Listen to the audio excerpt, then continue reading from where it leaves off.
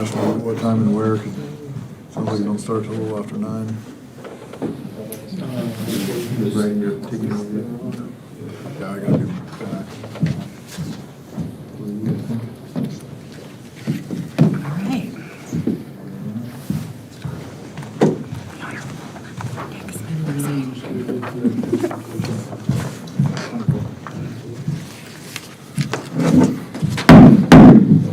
Thanks everybody for coming.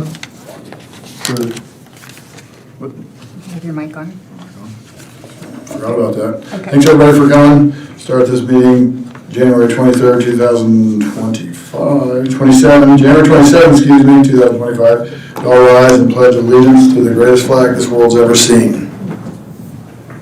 Pledge allegiance to the flag of the United States of America and to the republic for which it stands, one nation, under God, indivisible, with liberty and justice for all.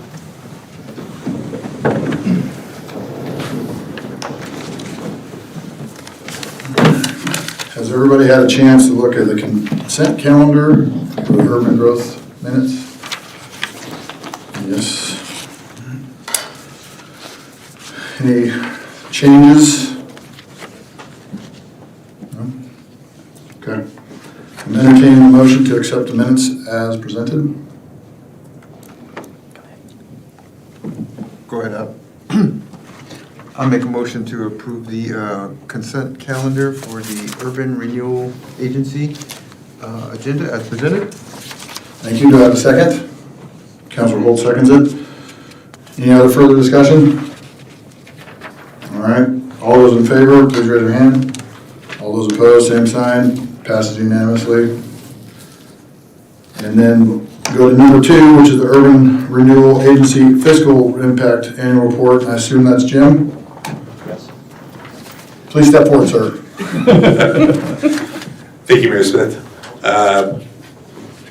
Good evening, members of the Creswell Urban Renewal Agency.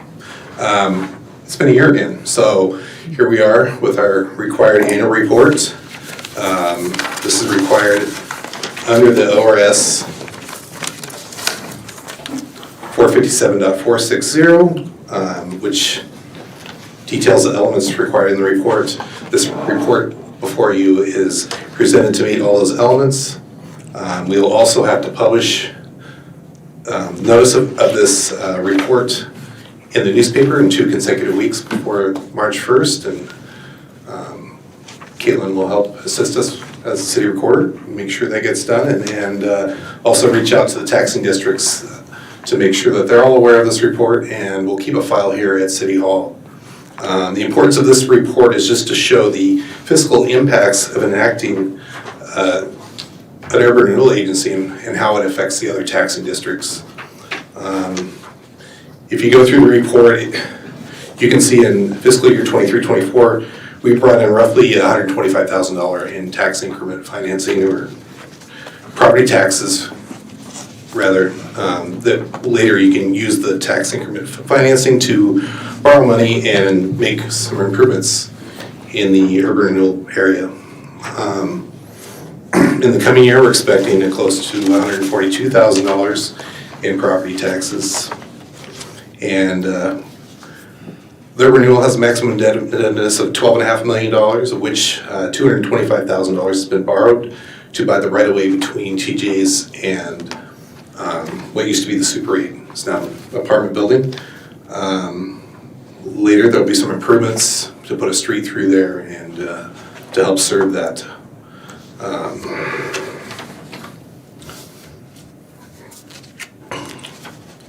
Excuse me, that industrial area, formerly known as Ball Knob. And then that's listed in the urban renewal plan. But the purpose of this report, again, is just to summarize the financials and to provide the impact to the other taxing districts, which you can see in the report on page 4. It lists out Lane County and Lane Library District, South Lane County Fire and Rescue, the city itself, Upper Willamette Soil and Water District, the Lane Community College, the Lane ESD, and Creswell School District. You can see what they've kind of given up in property taxes now for a better property tax collection in the future after development's been done. So with that being said, I would love to hear any questions from the members of the Urban Renewal Agency. Councilors, any questions? Councilor Garcia? Just one, Mr. Viper, and it's probably just clarification, and you probably explained it to me before. There, where it says that the school district and education service district are funded through the state, I'm sorry, there is no direct impact of urban renewal on their funding for the school district, but yet on the report it says 54,814 impact for Creswell School District. That's what would have been collected. What would have been collected? On the tax statement, but how the state funds school districts is based on attendance. So there's a difference in what they collect, the county level versus what actually gets dispersed to the school districts. Okay. The schools basically are guaranteed a certain amount of money from the state, and if taxes go down, the state pays more money, so it's a hold harmless for the schools for these sorts of things. But the district actually collected that amount of money for purposes within the urban renewal district. Okay. Yeah. Okay, thank you. Thank you for that explanation. Councilors, any other questions? I got one for Jim. Sure. We mentioned that we're going to buy the right-of-way, that street, and it's going, how far into Ball Knob? Is it going to where Hot Shots is at now, or is it going further into Ball Knob property, or just that kind of 250-foot jog there? I know that's a future discussion that's coming.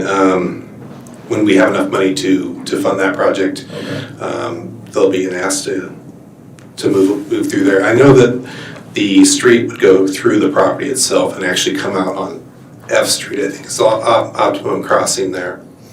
So it would go out to North Mill and then hopefully cross over the railroad tracks to Okay. F Street. Perfect. So you're not talking about along AM, PM in between TJs? Yeah, That actually, was in that? yeah, that's actually already been purchased. So Okay. the city does have that. Okay. Perfect. Thank Or you. say the Creswell Urban Renewal Yeah. Agency has that, but yeah. It's a mouthful. Anyone else? No? Well, thank you, Jim. I appreciate it. Thank you. So I guess I would be entertaining a motion to accept the Urban Renewal Agency Fiscal Annual Report. Do we need to? I thought we needed to. Do we need to, Spencer? Yeah, I would accept it more or less. Okay. You doubt me? Yeah. I'm looking for a motion to accept the Urban Renewal Agency Fiscal Report, Annual Report. Councilor Kent? I make a motion that we accept the Urban Renewal Agency Fiscal Impact Annual Report 2023 to 2024 as presented. Thank you. Do I have a second? Councilor Holt? Seconds it. All those in favor, actually, we've got any further discussion? No? Okay. All those in favor, please raise your hand. All those opposed, same sign. Motion passes unanimously. And that will adjourn the Urban Growth Renewal Annual Report, and we'll move down lower. I had to cover my ears. Thank you. Want me to do it on Lonzo's side? No. No, that's loud. I want to make sure I was. I have a presence.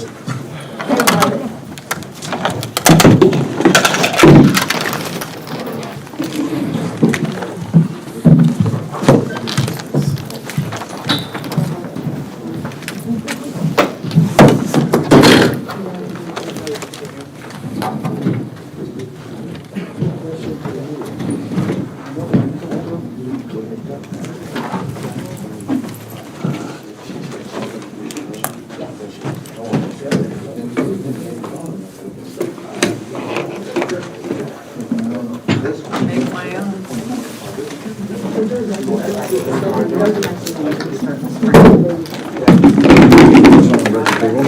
I'm just trying not to. Don't do it. I don't intend to. Is it the only thing I could find tonight, so.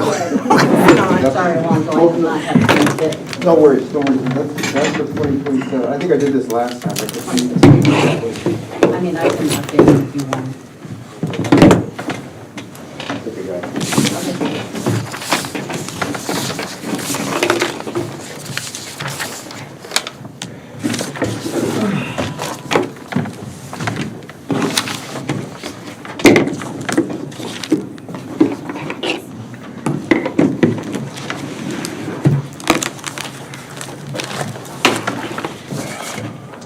Preferred seating, this is my first work session. Wherever you sit now is where you sit forever. I better choose carefully here. You better. Try the chair, sir. City Manager Amber. Okay, So okay. you can feel the drop. Okay, it felt like the right seat. Sucks you in.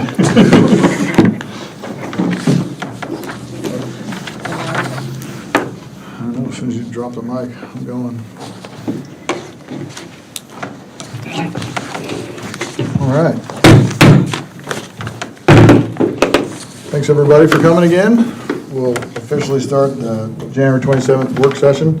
And since we did the Pledge of Allegiance, we'll move on to the mayor's report. And all I have tonight is just a reminder to everyone at home who's listening that February 5th is the cutoff for city council positions and applications. We're hoping to get them turned in, so we're going to have somebody selected February 10th at the council session, and we'll have our full tabled council. So that's all I have for the mayor's report. You want to announce a change in the agenda too? What's that? We had the training. Oh, yep, that's right, I apologize. Item number 4, presentation, we're gonna skip the council training due to Councilor Morris is gone and that we are short one, so we're gonna wait and try and do that in the February work session so we have a full council. So stay tuned. Where you headed tomorrow? Where you headed tomorrow? Oh, and tomorrow, thanks for the tip, Alonzo and Mark, myself and Spencer, we're heading up to Salem to see if we can't twist some arms and get some money out of some wallets for us, and so wish us luck. I'll take the gavel if I need to. It'll get through the metal detector. But we're gonna head up there and see what we can do and see if we can't get some funds for Creswell, and hopefully that'll help with some of the streets and property taxes and a bunch of other things that we're trying to get for everybody, so. That's also what's happening. Thanks for that reminder. That moves to number 2, committees report, and Administration and Finance Committee. Okay, thank you, Mayor. Not a whole lot to report at the moment. Well, February 3rd, we have a scheduled meeting right over here in the McCluskey Chambers to commence on the charge that we were given to go over and schedule the performance evaluation for the city employees. And all with that, because I would like to take advantage of the time, the days that we have. Part of our duties as a counselor is to evaluate the municipal judge. So each one of us will go in on a court date. Court is the second Wednesday of every month, and there's a form for new counselors. There's a form there, just so you know the process. There's a form. You'll just sit down in the back like a fly on the wall, observe court, fill out your form as you go along, make your observations, and that's how we do our evaluation. So what I wanted to do was start this court sign-up sheet process so we don't waste a couple months by the time we get around to it, okay? So, and that's the end of my report. Excellent.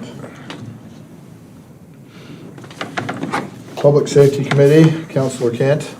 Yeah, I don't have a report per se, but this is the first time, I did want to ask, this is the first time I've chaired a committee, and I'm wondering, is it my purview to go ahead and schedule times for people to meet? Yeah, so Okay. you get with Spencer and then get some on the calendar that works for you guys, and then reach out to Mark and Joan or whoever else is on the committee and publicize the date, and we'll be good to go.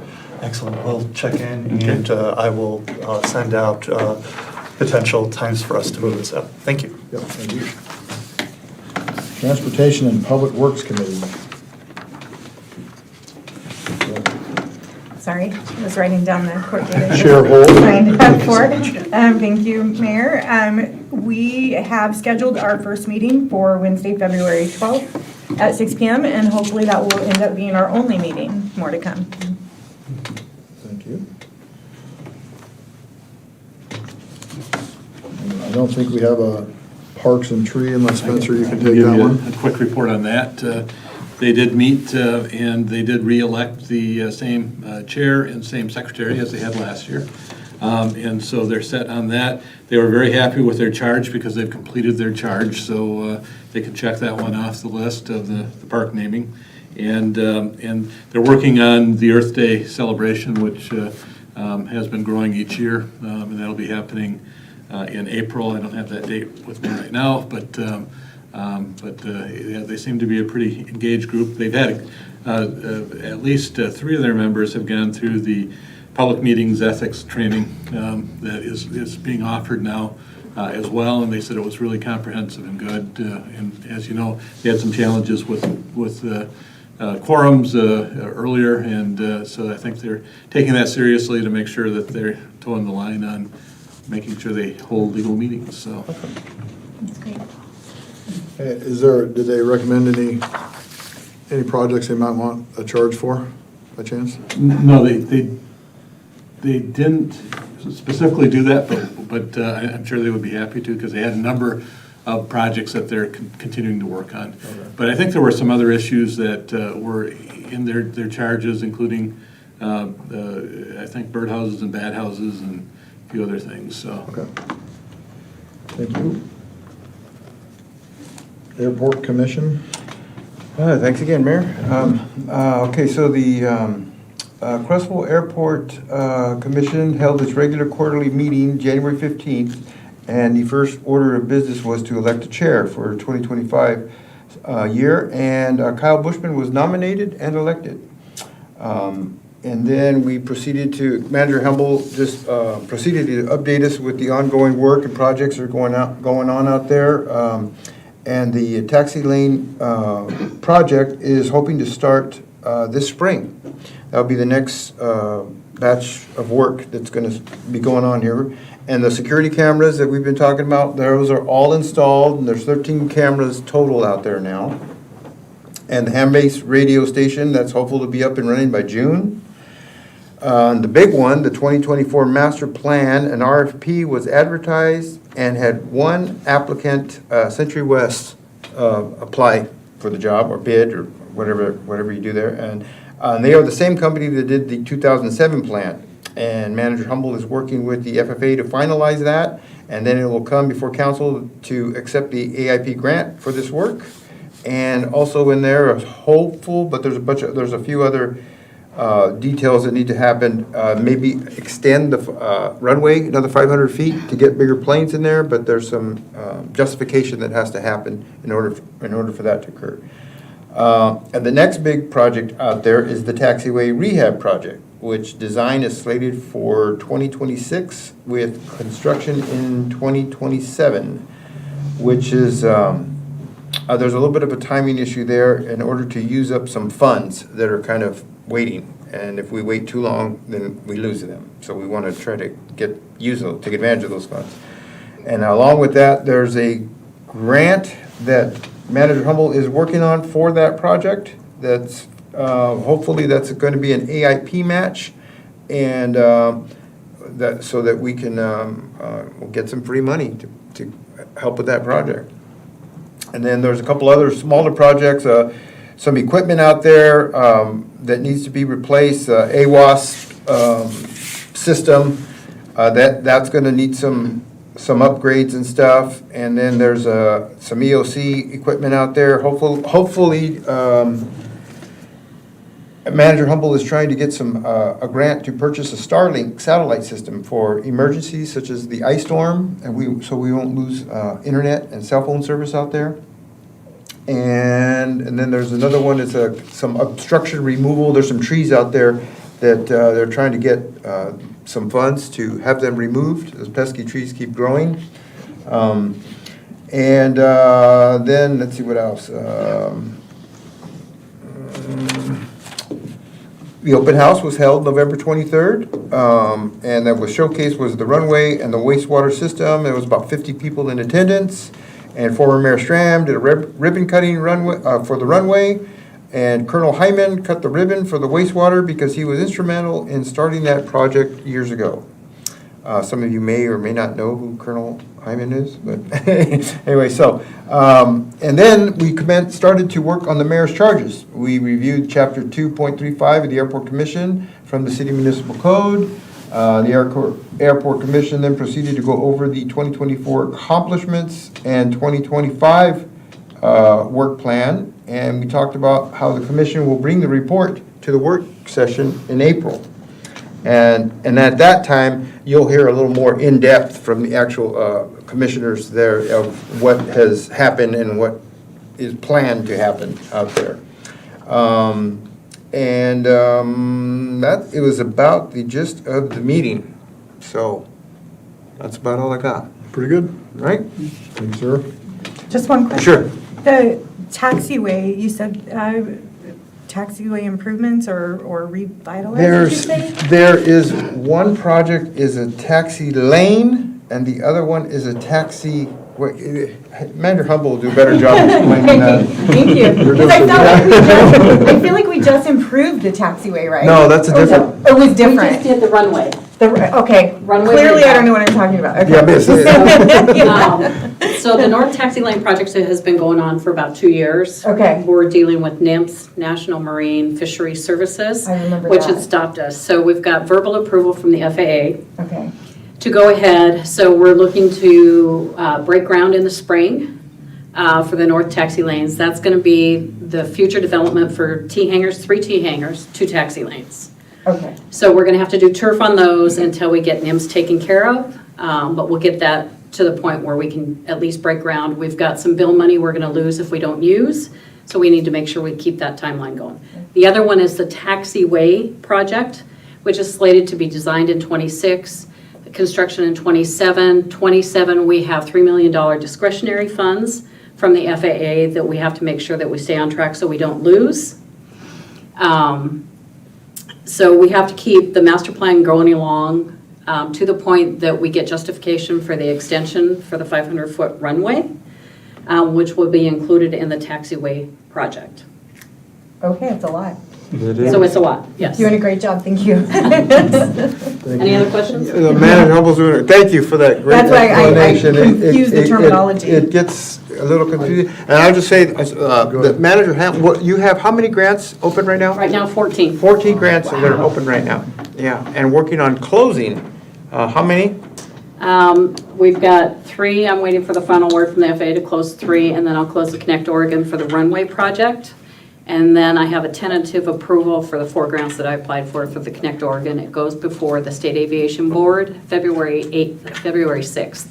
So if they approve the grants as slated, then we'll get 4 grants for this coming year.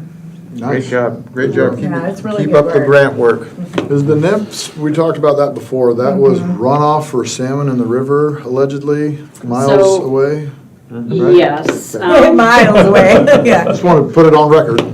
Yeah, they have gotten, NIMS has gotten power to stop any pavement placement because they classify it as a pollutant generator.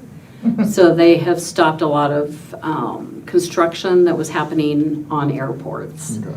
So there's 2 pieces happening. We've got an MOS, modification of standard, from the FAA to put turf. We're building it as if it's going to be pavement. Okay. So we had to get a modification of standard from the turf so that when we get NIMS taken care of, when we get their guidelines together, or the FAA is working on a programmatic plan, once we get one of those 2 satisfied, then we can tear up the last 6 inches that we put down of turf and put in the You pavement. have a foundation there and you can just start Right, standing for the right. walls and live that. Awesome. Right. So we're trying to be thinking outside the box. Awesome. Is NIMS, is that what you say? NMFS, NIMS, National Marine Fisheries It's national, Service. so I was gonna ask you, is it national, is this a national regulation? Yes. Hmm. Yes, they're Okay. kind of acting like DEQ at this moment. That's what it feels like. I Yes. feel like that might go away, we'll see. Keep up the good work on the grants, appreciate it. All right, thank you. Thank you. Thank you, Manager. Thank you, Alonzo. That brings us to the LCOG, which I guess is me. And as I mentioned before, all I would have to report is tomorrow is City Day at the Capitol, which 4 of us are going, and we're going to see what we can do and enjoy and learn and adapt, and hopefully come back with something good. So that would be all I have for LCOG. So it'd be G, we go to Lane Act, we Councilor Kent. Thank you, Mayor Smith. There was no meeting in January due to some officials not being sworn in yet. So we're going to have our first meeting in February. But I did kind of watch on the December meeting as a guest, so I could see how it was run. And boy, Shelley was the chair, and I can't imagine who's going to be able to do. Get suckered into that.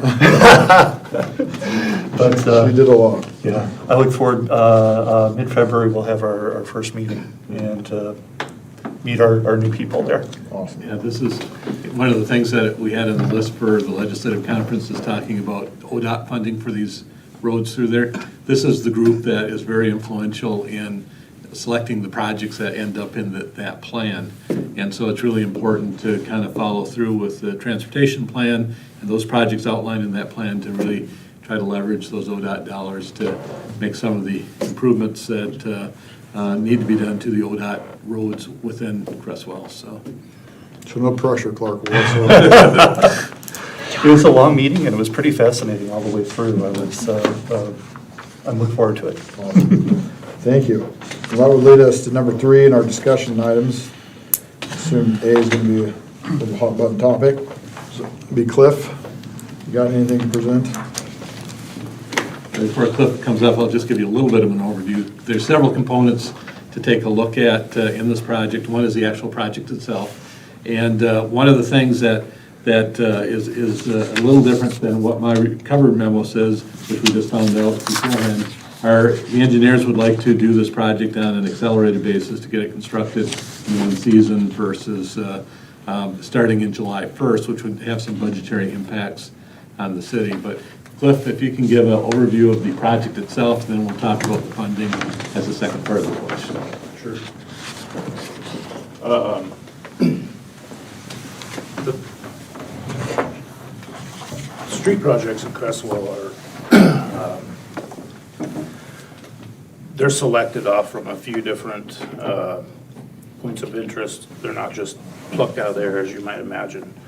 First of all, we have a transportation system plan that identifies all the roads within the city, and those are prioritized for which streets need repairs and what sort of repairs are in them, and they give an estimated engineer's cost. And at this point, those are lower than they would be at this time because of the price index and the years. I think that's a 2017 document, but that's one of the ways we look at roads and what roads would be selected. And then from there, we look at a few different things. We look at the road condition, we look at what the road serves, and we look at what services would use the road. So to break that down, the road condition, we obviously know that 2nd Street is probably one of the worst roads in town. It's deteriorated, there's no base. The shoulder is pretty much unusable, and it's in pretty poor shape. For the next thing that we look at, what does the road serve? We know it has a prominent business on it, probably a couple of them actually. We know that it services some Lane County assisted housing. We know that it services some apartment complexes. And the third thing, what service uses the road, we also know that the fire department at some point is going to take over the community center, and we're going to have a fire hall next door to City Hall, and the access is going to be onto 2nd Street. The entrance and the egress is all going to come off 2nd Street.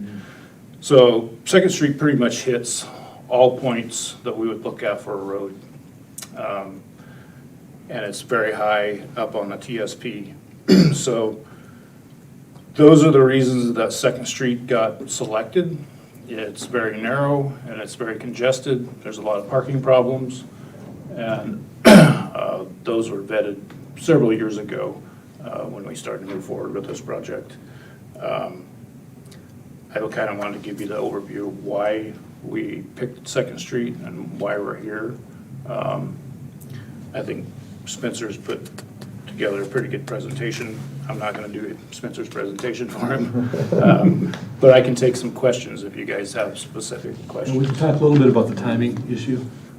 As far as the construction timing issue. Right. So the budget we had put together had started construction where we could pay out of the budget in 25, 26.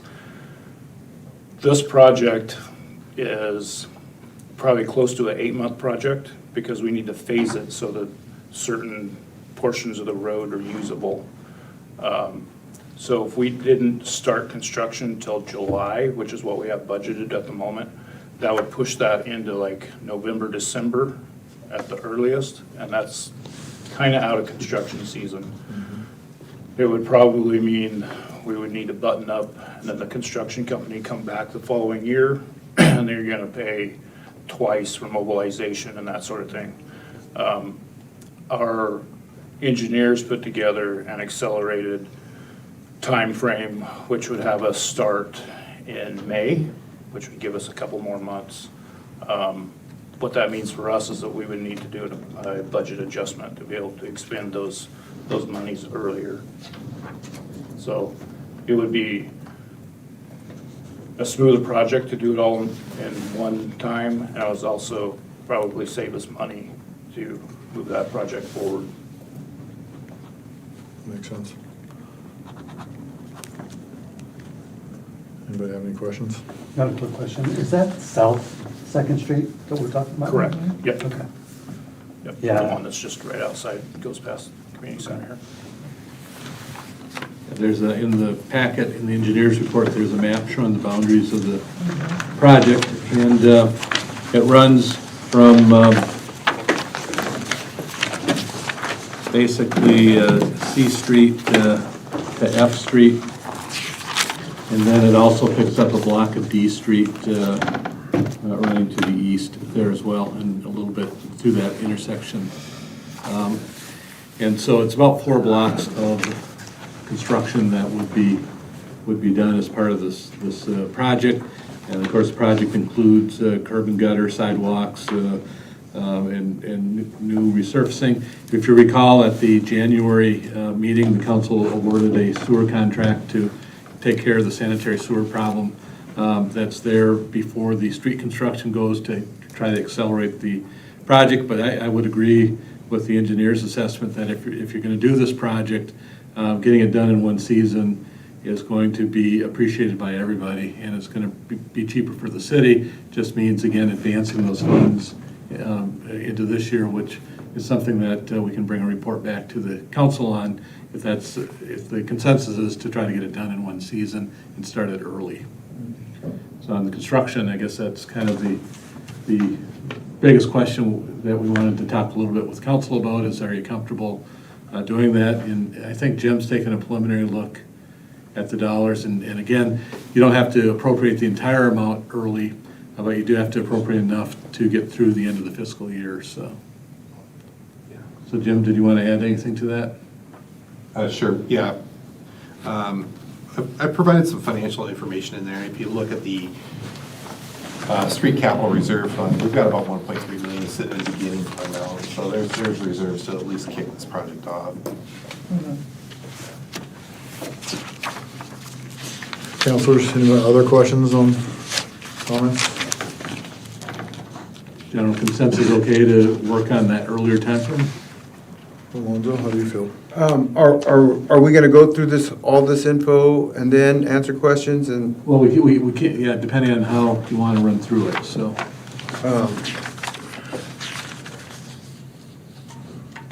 Because some of the other things do play into the timing of the project as well, so. So do you want me to kind of run through the LID portion? Yeah, well, yeah, I think so. I mean, I just have a couple of of questions on the information that was provided. I mean, more of just, I guess, just to inform myself and just curious about the LID. On the info that we have, I guess my question is, it says here, the assessment is typically financed by the city and collected over a period of time such as 10 years. Property owners within the LID can either pay the amount up front or pay over a period of time with principal and interest payments until fully paid. So I guess my question is, why is there interest? And how much would that interest be? Well, oftentimes either the city's borrowing money to finance it, or the city is taking money that's earning 5% interest in the state's investment pool and using it. So it's basically to make sure that the city's held whole on the interest end. So and Jim, you can talk a little bit about the interest rate.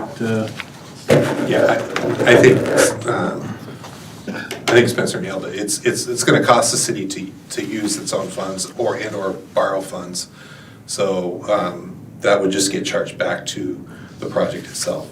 Do we have any idea what type of interest people are looking at? Yeah, depending on how we fund it.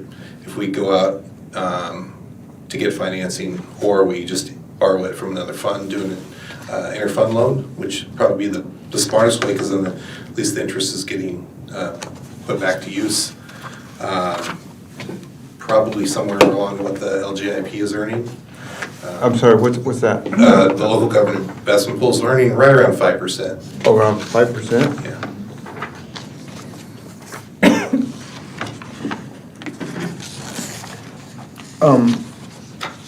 Well, and I mean, I don't know, maybe just a crazy idea out there, but something that came to mind was I recall last year during our audit report, the yearly audit report that we received, we were looking at, there was quite a bit in reserves. I mean, it was quite a bit, and I think it was like 9 months. We could go 9 months if the city didn't have any money. We could go 9 months.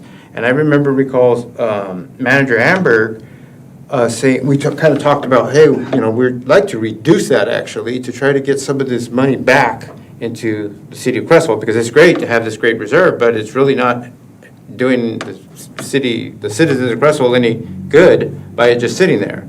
So I don't know, my thought is, can we use some of those funds to help with this project? Because I think at the time when we were talking about the LID, we didn't really know how much that was going to be for everybody, and that's a lot. That's a lot of money to pay, and if someone has to pay it for 10 years with 5% interest, that's a hefty load.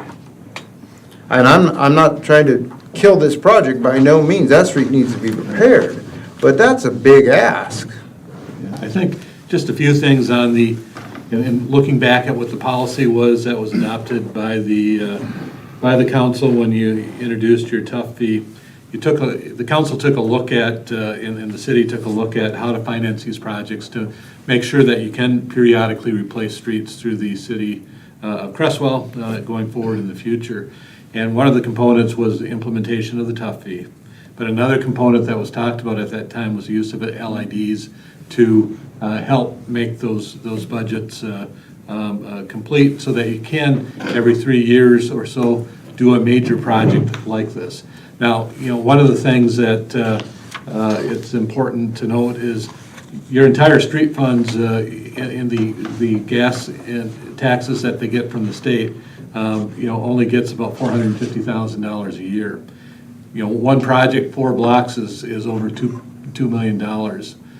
And so the reality is, these things are expensive to do, and then the second question I think that the council has to discuss from a policy standpoint is, clearly there are some benefits to properties that are on a nice street with curbs, sidewalk, and gutters versus a street that doesn't have any of that.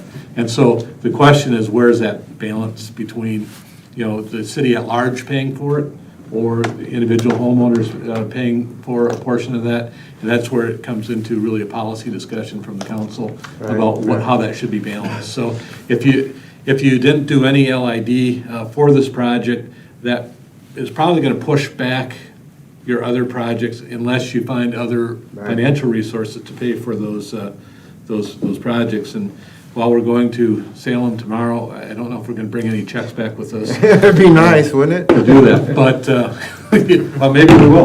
Haven't seen somebody my size in Well, there. and I get all that. I mean, the bottom line is we need more money. Well, it got me to thinking about the reserves that we have. Is that an option for us, Jim? Can we, and I was looking at I'm no accountant, where is it? We had the two options of curb and gutter and sidewalks, and then the other one where the city within, one of them is a lot less not a lot less, but it's less to the homeowners, correct? 151 per linear foot, the other one is 207 per linear foot. Correct. And with my minimal knowledge of counting, I said that, well, that's 115,200 deficit that we would need to come up with. Is that possible to pull that out of those reserves? It's kind of the same dilemma you have with not having an LID, is that you're benefiting just the people who live on Second Street with those reserve funds. And that could be problematic, especially when you go to do another LID or future projects. The one-time money, like you're saying, like reserves, should benefit the entire city really before you spend on a specific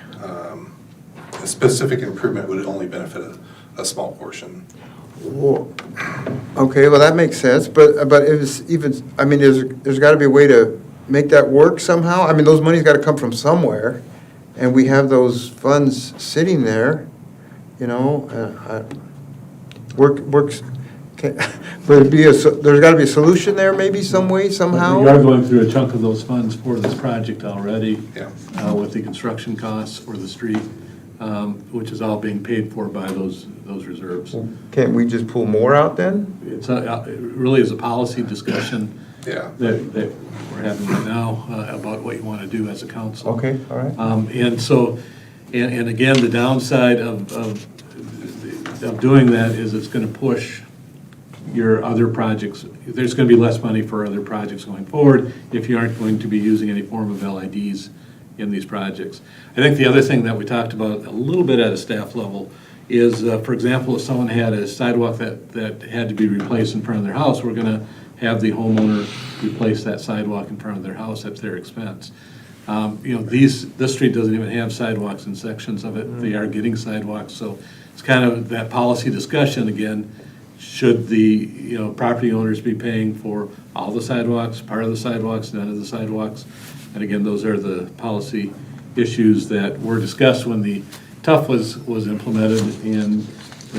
But I agree with you. These are big amounts of money, for the individual properties. So I thought the funds were coming out of the road funds, not the actual reserve fund from the audit, that the money that was, oh gosh, where is it? And I think each of your funds has reserves.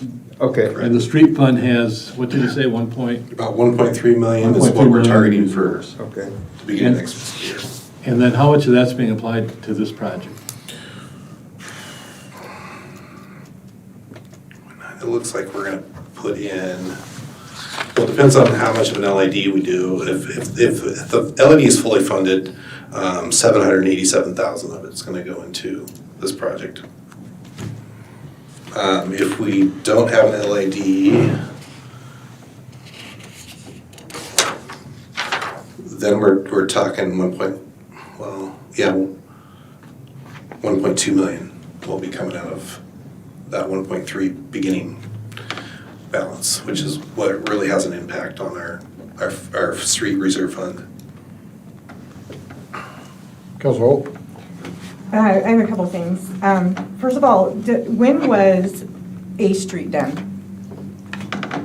It said recently, but I don't think it's as recent as that indicates.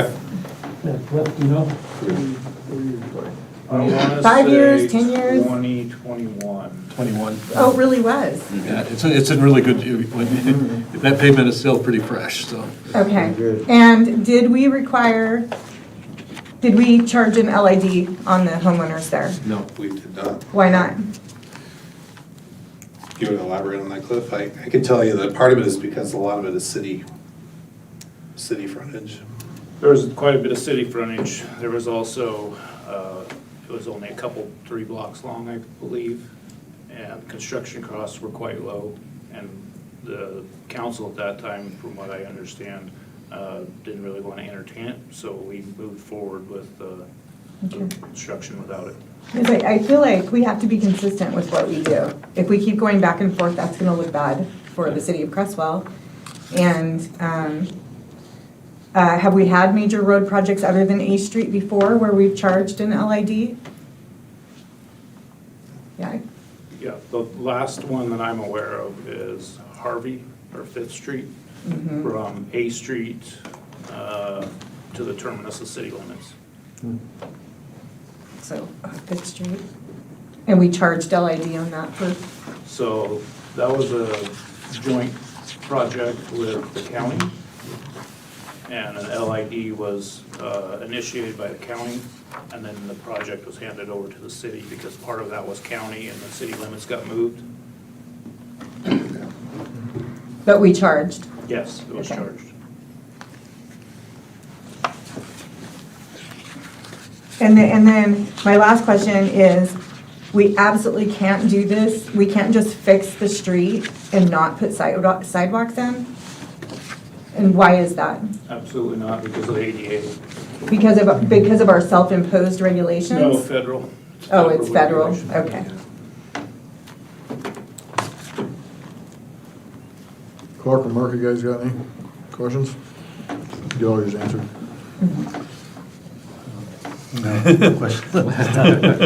I'll speak a little bit. I've built a house recently and I had to pay for the sidewalk, so I understand that it benefits the homeowner and I had to pay for the sidewalk and the wings to do that. And it was new to me. It's the first time I built a house, but that was part of the case. I didn't like it either.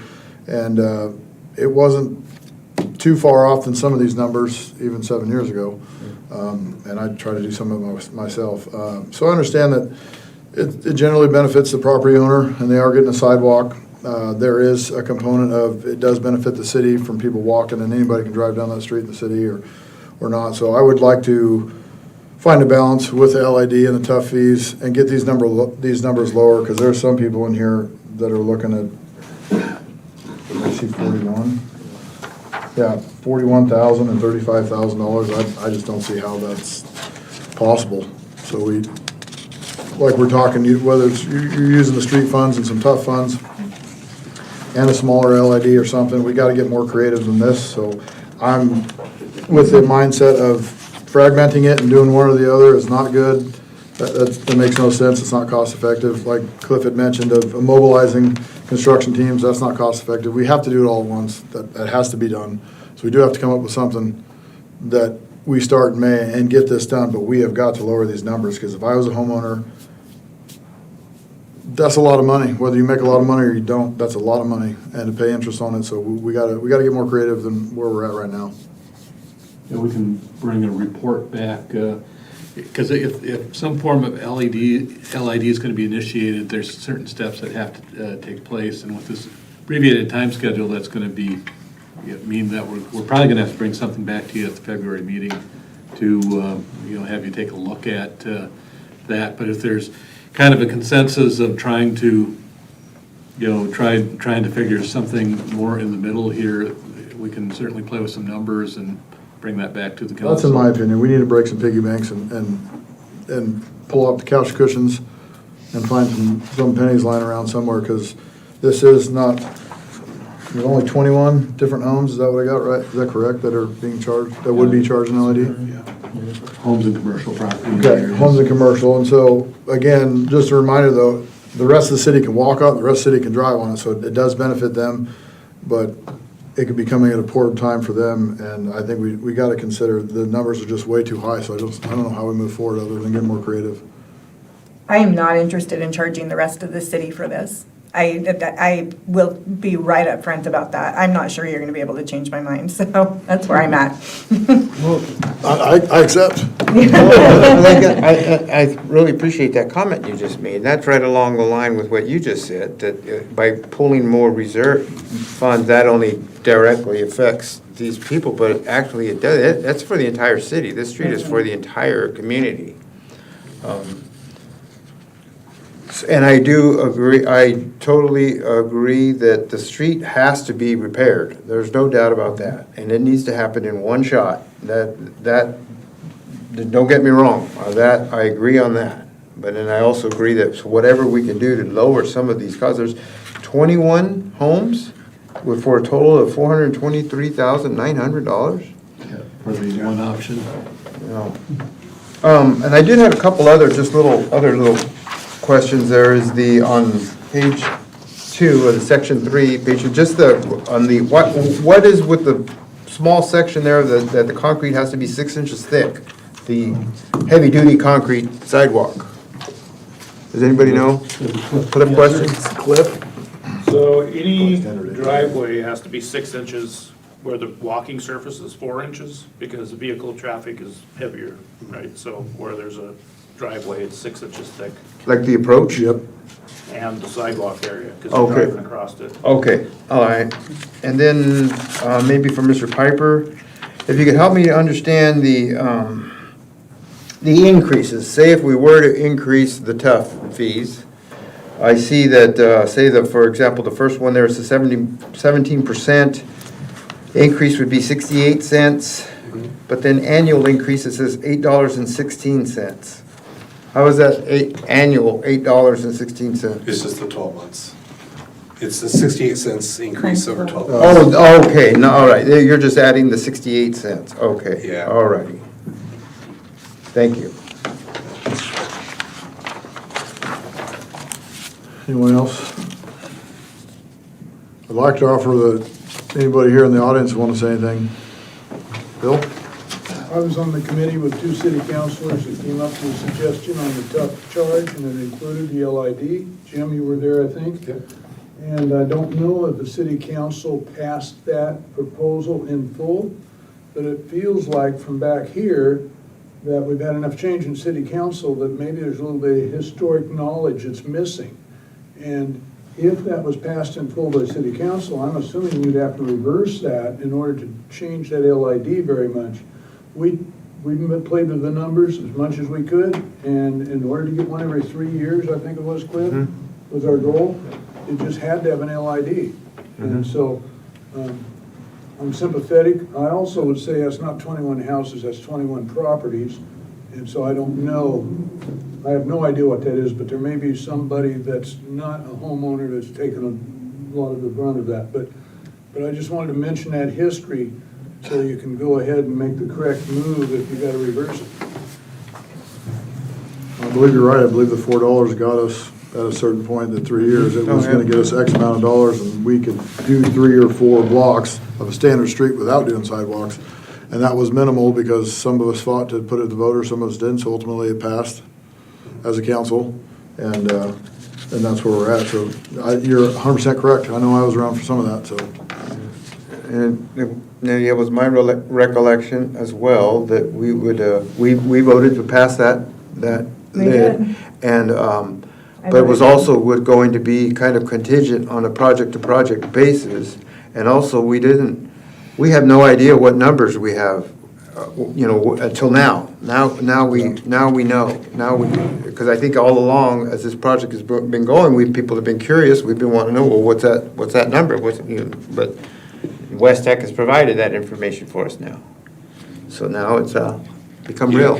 Yeah, and the inflationary index between when that TSP was done and today is extraordinary. I think it was 34% in just. Yeah, that's regular construction inflation has gone up closer to 60% since 2000. And so there have been huge shifts in cost for doing construction projects. And so that's part of the issue too. But I think what I'm hearing is, we'll take a look at what the council actually acted on the tough fee to determine, what the policy was regarding LIDs. We'll take a look at what, a couple other potential scenarios might be of utilizing LID for a portion of the project as an alternate. And then we'll have to bring back a report to the council to proceed with a budget amendment if the intent is to fund this project earlier. But then we'll probably wait until we get through a couple of these other thresholds on actually doing that budget amendment until we know for sure we've got a project going forward for this area. And so anyway, I think there was a general consensus towards those things. If not, please correct me. So I feel that we're all in agreement for the most part. We got to do it all at once, and we got to do it now, and we got to do it in May. I think we're all in disagreement on the money.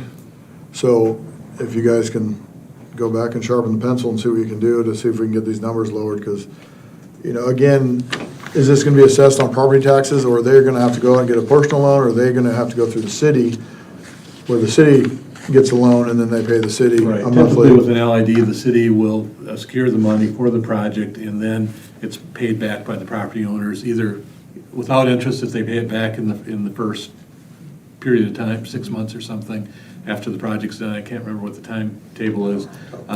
But then if they want to pay it in installments, they can request that. And that's when an interest rate is assessed if they choose to pay it back in installments. So that's kind of how the standard LIDs are structured. Okay. So with the council, are we good to allow them to go forward and see if they can't recrunch some numbers with the parameters that we set? So that would be the next step then? Is that reported? Correct. We bring a report back to council for a more formal consideration by the council.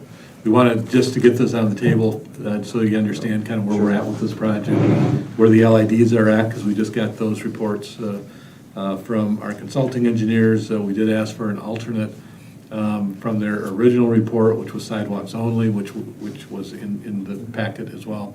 And so wanted to share that information with you, get some guidance from the council.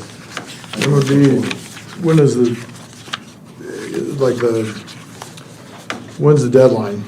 I mean, I want to get talking about this as much as possible, as fast as possible, but when do we need to know so we can actually get, concrete excavators here in May? Yeah, I think the question on LIDs is going to be an important early one to get squared away, because there's a process you have to go through in if you're going to develop a local improvement district for this project. And so that's probably got the longest lead time prior to the project going forward. And I don't think it needs to be totally complete. It should be, we should know what we're doing financially before we award bids on a project, so. Absolutely. So that's kind of the time sequence. The engineers are also still, getting the various, they need a few permanent easements, and so they're working with the property owners on those things now as well. So there's a number, I think that the May date is, they have a lot of work to do for themselves to make the May date. From a policy standpoint, we need to kind of figure out the financing for this project in order to be able to proceed with a May date for construction. Councilor Holt? Are the property owners getting any financial benefit or financial reimbursement for the property we're taking from them to complete this? Yeah, if we're taking an easement, there's a financial. That might be offsetting the lid when you think about it. I mean, I don't want to set a precedent going forward. This makes my heart cry for them, it really does. But if we decide to pay for part of their lid, then the next time we do a street project, we're going to be facing the same thing again. I agree with that. And that is not fair to the city of Creswell, and it's not fair to the people that really feel like the TUF was a tax. Well, I bring Cliff back in this though, and I agree with you. I bring Cliff back in because if I recall right, when West Tech was here and we discussed eminent domain and whatnot, it didn't sound like there was much property at all that was going to be bought. It was pretty much eminent domain or right of way. it was all within the right of way, so there wasn't much payment going out to property owners. You're correct. So there's quite a few folks up and down the street that does not know where the right-of-way is. They feel like part of the right-of-way is their private property, which it is not, and that's been surveyed. There are two corners that an ADA ramp will take, there'll be a taking on, but it's very, very small. It's like a 5x5 pie shape, and usually how those are compensated is you look at the tax rolls and you figure out what their property is worth per square foot, and then you pay them whatever that square footage is, so. So if you're talking it's a maybe 5 by $1,000. 5, Yeah. You know, and that's a pie shape, it's actually only 2.5 square feet. It winds up being not very much. Okay. I think the biggest easement area is in front of the bakery, isn't it? That has to be acquired. That's sort of a different approach on that.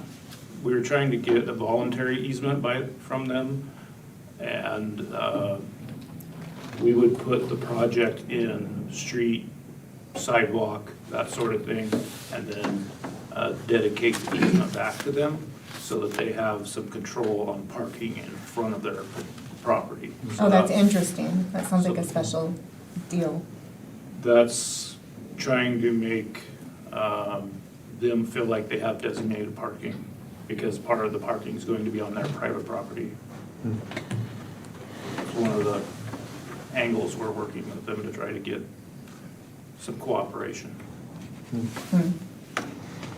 Is there any way that we could offset some of these costs with maybe our own public works help, like do any of this work? This is a major project, and so Creswell's Public Works team really does a lot of work, but it's got, the scope of this project is not practical for them to do that and do what else they need to do during the course of the year. But Even if it's taking like a ditch out?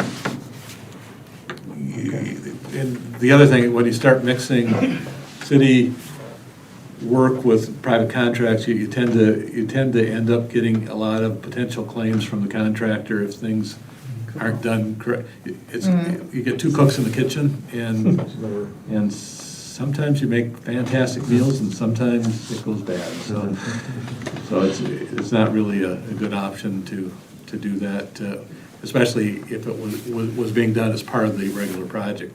Now, the sewer line, which is being done, the sewer relining, that's a distinctly separate project, but again, that's a specialized project that is being covered by the wastewater fund to rehabilitate that sewer in that street, because you don't want to build a brand new street over a sewer line that's failing, so.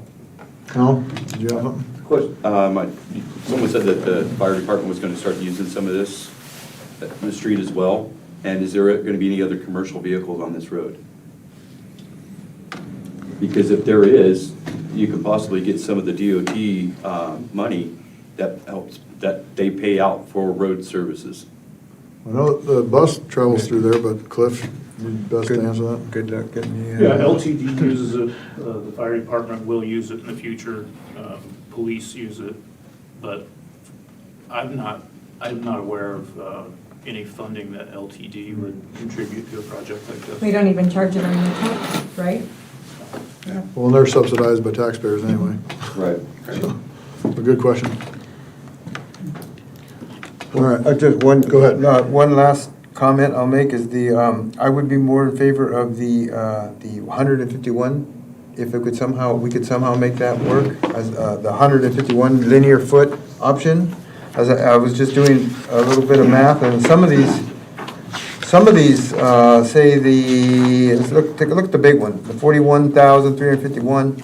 If we went with the 151 linear foot, that's about a $10,000 savings to that property, and they're still paying the lid.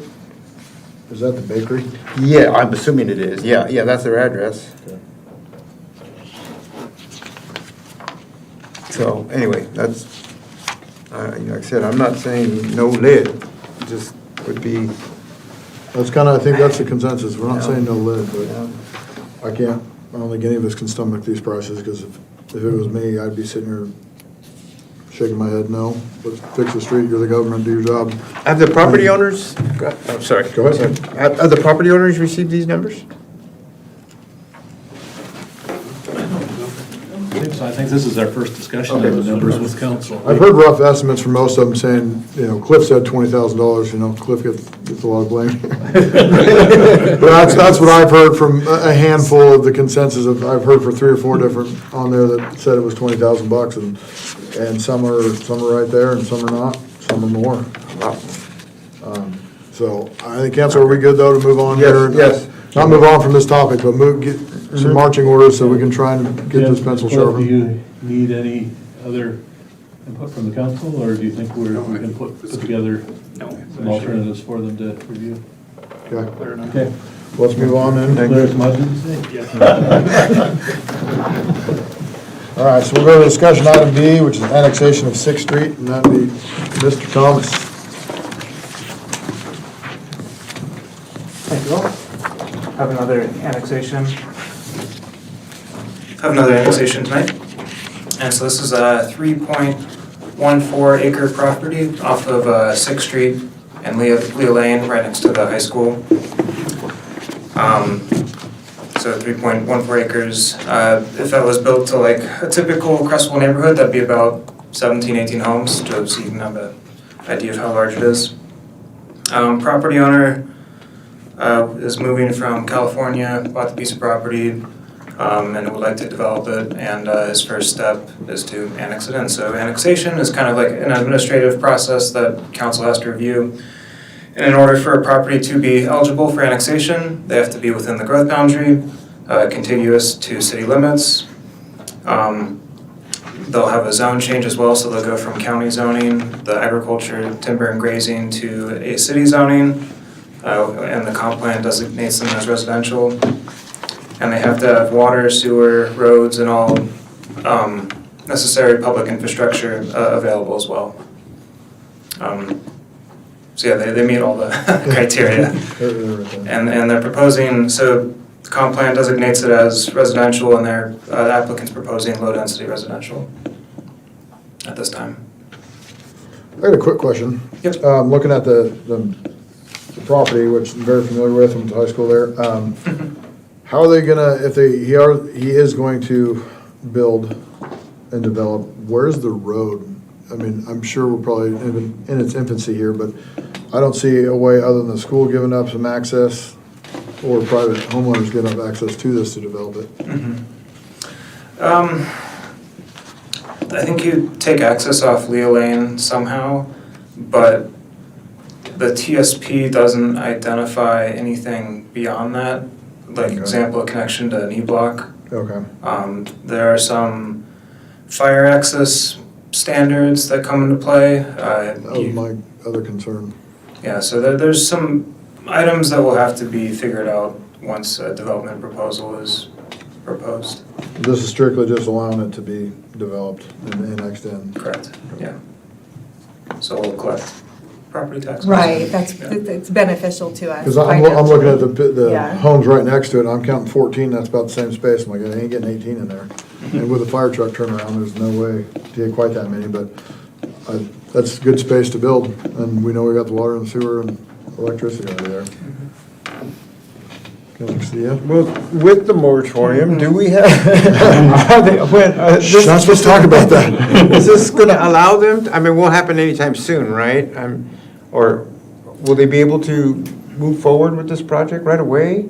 Well, there's some questions that are unanswered. I think my recommendation is that upon annexation, it's our job to review that there are services available to some degree. And then at time of development, we'll take a closer look to see what our sewer system actually has capacity for. So it's a great question. Can we ask the developer, do they have to put the road in? We don't have to pay for it. Yeah, I mean, at time of development, typically the developer pays for all the public improvements. Okay, Donates it great. back to the city. The road sidewalks. Part of the deal. Yeah, we don't need any, we have enough roads to work. Yeah. But if it's built to city specs, then typically Developer will the pay. city will take over the road once it's built. Gotcha, okay, great, that's good news. But, yeah. Councilors, Just a couple housekeeping items. The draft ordinance here, the first whereas statement, I think that November 22nd date is incorrect. I think the year is incorrect. Okay, thank you. I'll Yeah. definitely go through all these documents. And then the, same with the, I think it's Exhibit C, item number 4, agency comments. I'm guessing that date's not correct either. Where it says, provide your comments to Curtis Thomas no later than Friday, January 24th, 2022. That's from the TS, I think that's from the TSP. That's probably isn't it? a wrong date. Yeah, Thank so you. I just calling those out. Yeah, thank you, thank Uh-huh. you. Councilors, any other questions or comments? Oh, actually, I remember, didn't recently we get like 15 connections from DEQ that they sign off on that? Have those all been taken up before already? I don't know. We got, excuse me, we had 10 additional. I'd have to go look at my records right now, but I think we have 21 or 2 available as of right now. Yearly? Oh, awesome. Period. Oh, period. Don't get my hopes up. Wishful thinking. Thank you. Yeah, just on that too, as the city completes certain improvements to the sanitary sewer system, they get more, the city gets more connections. So like the Second Street relining, and that type of work will give more connections going forward in the future as you reduce the amount of infiltration coming into your sanitary sewer system, so. Any other questions? All right. Thank you. Curtis. All right, 3C, recruitment of city manager conversation. Let's do it. I'm having fun. So anyway, you want me to run through this? Go ahead, Spencer. Okay. As I've indicated to you previously, there's certain legal standards that a city has to go through when you're hiring your chief executive officer. Same thing that schools have to go through with superintendents and colleges have to go with university presidents. So there's one of the things that will have to come back to the council is a resolution and kind of that plan that you're going to use to hire the manager. And what I did is I laid out what kind of the typical components are of those processes and to see what you want to include in the Creswell process going forward. So this was put together kind of as a discussion a topic. One of the key things that is usually developed for a city manager recruitment is a job profile which kind of outlines exactly what the council and the community is looking for in their next city manager. And that helps candidates kind of understand what the council is looking for as far as whether they should apply for the job or whether it might not be a match for them based on what those expectations are for the next city manager for Creswell. So I kind of broke this down into pieces and discussion items, and one of the first things that I had here was it's traditional to do some stakeholder interviews with some key people in the community to kind of ask them what's important to them in the next city manager. This information is used to inform the council on developing the profile, and if council is interested in doing that, then what I would ask is you kind of identify, are there 5 or 6 or 7 or 8 kind of key stakeholders that should be involved in kind of a one-on-one interview where I would go in and interview them and kind of similar to the discussions we had with each of the council members, take a look at what they feel is going to be important in the next city manager for Creswell. So if there's Are you looking for? yeah, first question is that a step you want me to do? And if it is, who do you want me to talk to? I believe it's a step we need to do. I like the stakeholder step. I don't know about reaching out to the public so much, but the superintendent, chamber of commerce, fire district chief, I think those are important stakeholders that should have some input.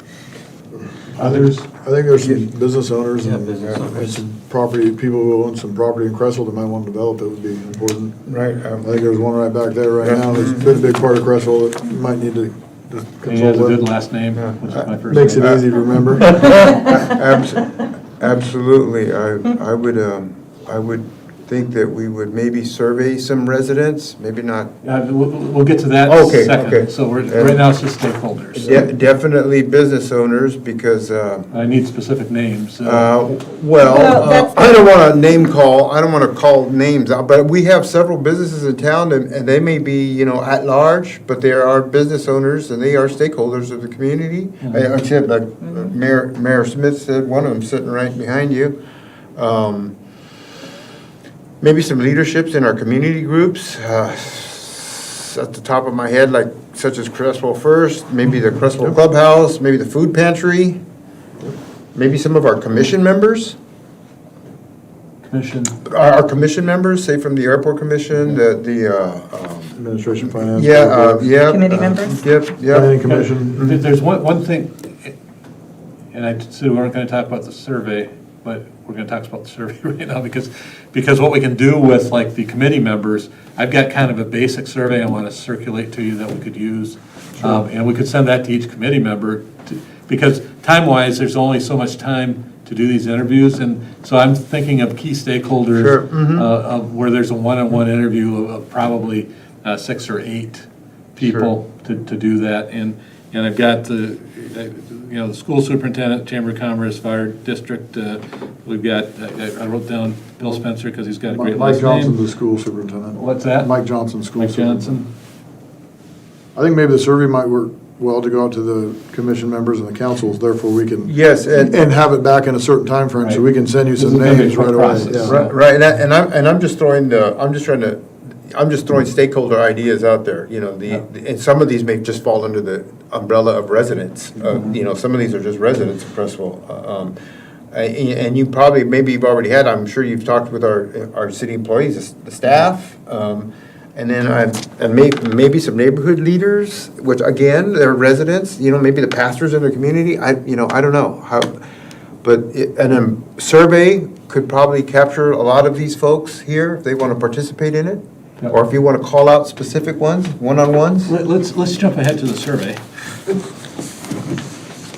Yes, this is just a draft for your review, but let me tell you what we were intending to do originally, but with the ideas that you've come up with here, I think it would work for our committee and commission members and those sorts of folks as well as, I've interviewed all of the department head folks, but this would go to the city staff folks as well for a review.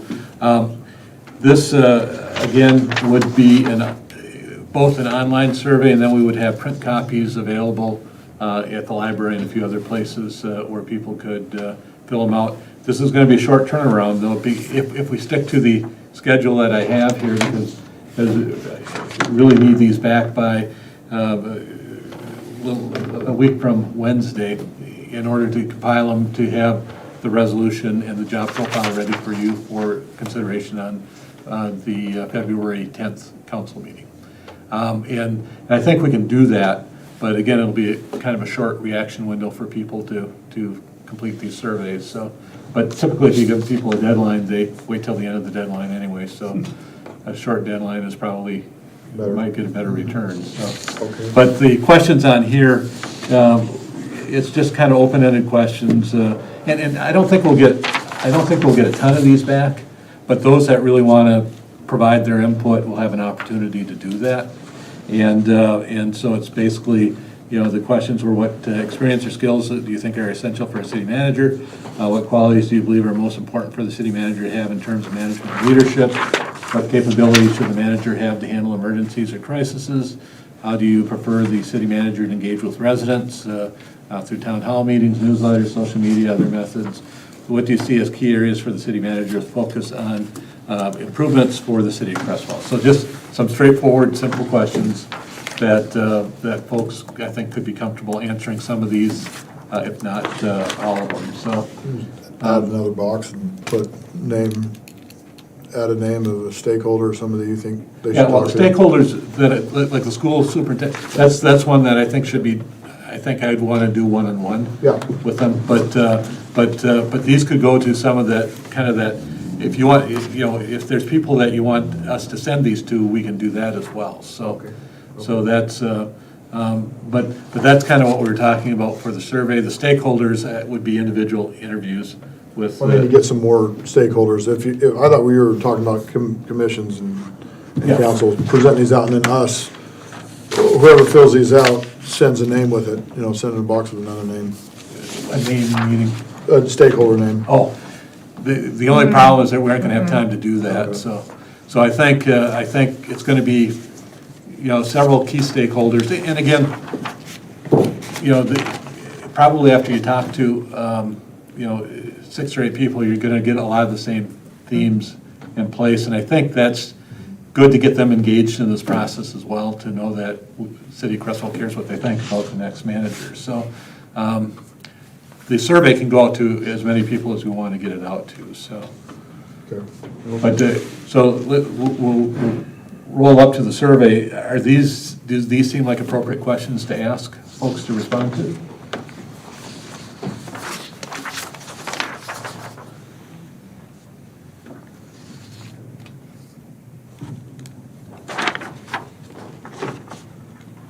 I'm good with these.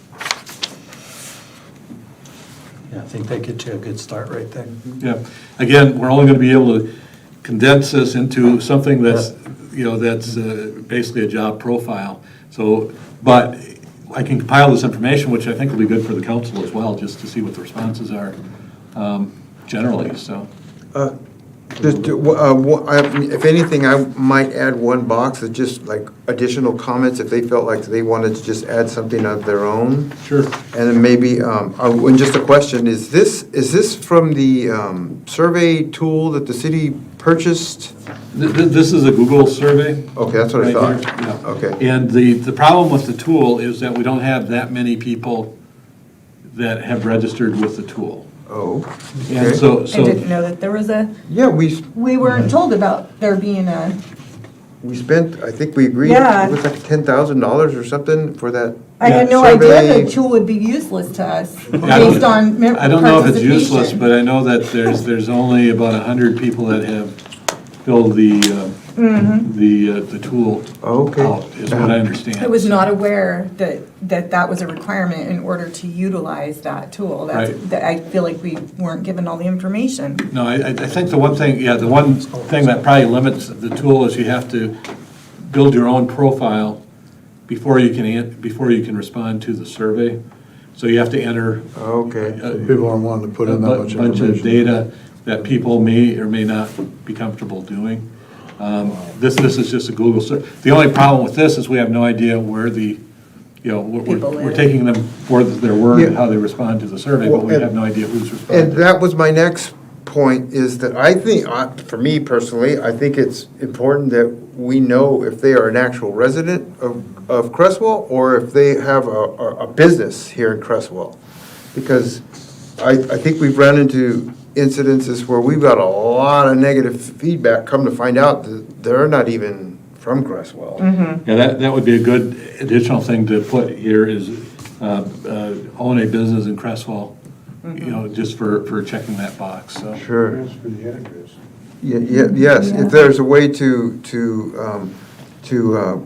confirm or that they are residents, address, however, yeah, it's done, and then maybe weed out the ones, filter out the ones that aren't, if that's possible, and, I think it's important, though, there's important Creswell community members that do not live in Creswell city limits as well. Like on social media, I try not to go on, but like one of the best promoters of the city isn't even a resident here technically, and also like Creswell Grange, president I believe lives in another town and would be but loves Creswell and the community. Yeah, they still can respond, they would yes, just. they would be considering an at-large. Right. At large, exactly. Right. I just don't want to lose that Sure.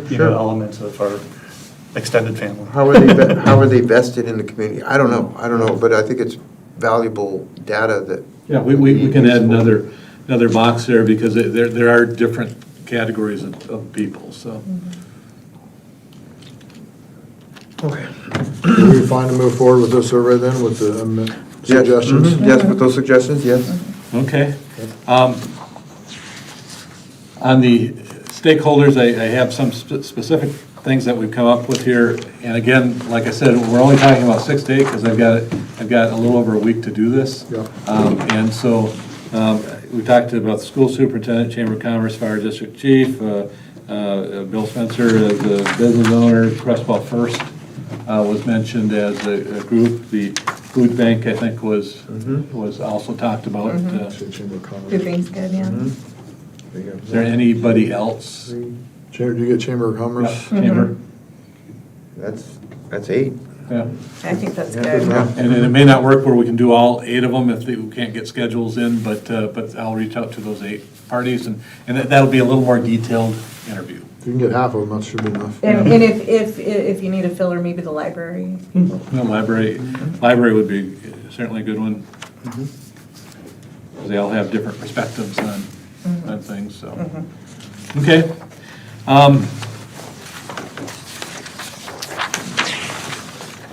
So we talked about 2, the survey, we're good on that. So the initial draft of the job profile is something that I'll bring back to you on October 8th, on February 10th. I don't know where October 8th came from, but, and so there's a few key things that have to be specified in here, including required minimum education and experience, preferred education and experience. So you can have a minimum, then you can have a preferred. So, and experience level, what are you looking for there? And desired skills will be populating with the information that we get back from that, plus the information I got from you already when I met individually with U.S. Council members, which I've tallied, and I'll distribute that to you a little bit. So the first question is, what are you looking at as far as required minimum education and qualifications for this position? And then there's preferred, which would be the next step up, so, yes. I was just gonna ask you, do we already have the job description from when we went through this before? With Michelle? I haven't seen that. It would be very, very good starting good. place. I would imagine that a lot of this is already laid out somewhere, yes? We have files downstairs, I do believe, with the applications and the postings. So we should have that actually Yeah, downstairs. if you can pull that, that would be interesting to know what the starting point was with the last time we went through the process, so. Do you want me to grab it now or later? I don't think, that's up to him. What's that? She asked if we wanted her to grab it now or later. No, we'll do that later, because Yeah. we've got plenty to talk about, so. But we can take a look at that. Typically, the minimum could be a bachelor's. Sometimes you can make a bachelor's a preferred if you didn't want to have any educational background. I think you need to have some educational background to do this job, but maybe not. That's kind of up to the council. And we can take a look at that. And what I bring back to you, I'm going to have these populated so that you can then yay or nay these different sections going forward. But it's oftentimes easier to start with something and then modify it going forward. Mark, you got something? Yeah, can we, may I understand, like, we want to have a bachelor's, and you might want more, but can we offset some of that with experience? Yeah, sometimes that's the way Bachelor's things are done preferred is too. good. It's, with so many years of experience, it might waive some of the educational components. I think we've all known a pretty solid candidate who doesn't have a bachelor's degree that's been floating around for a while, so. Yeah, no, I'm on the same page, or something like along the lines of bachelor or equivalent, or, 5 years as a director or administrator, or some sort of, minimum of 5 years city government experience, something like, or something equivalent, a bachelor or that. Yeah, let me, I can play around I with that. wouldn't so. say specifically what kind of experience, applicable experience, but not city government Applicable experience or, equivalent. like I would say applicable. Well, I like that idea, and then maybe under the preferred, then we could have that sort of applicable experience that you're talking about. But what if we get a solid candidate that's never worked for government?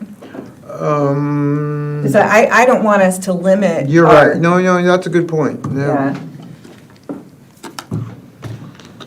That's a good point, Can but you run with that? something equivalent, yeah. Yeah, I'll- Work on I'll that, play around with yeah. that, so that's,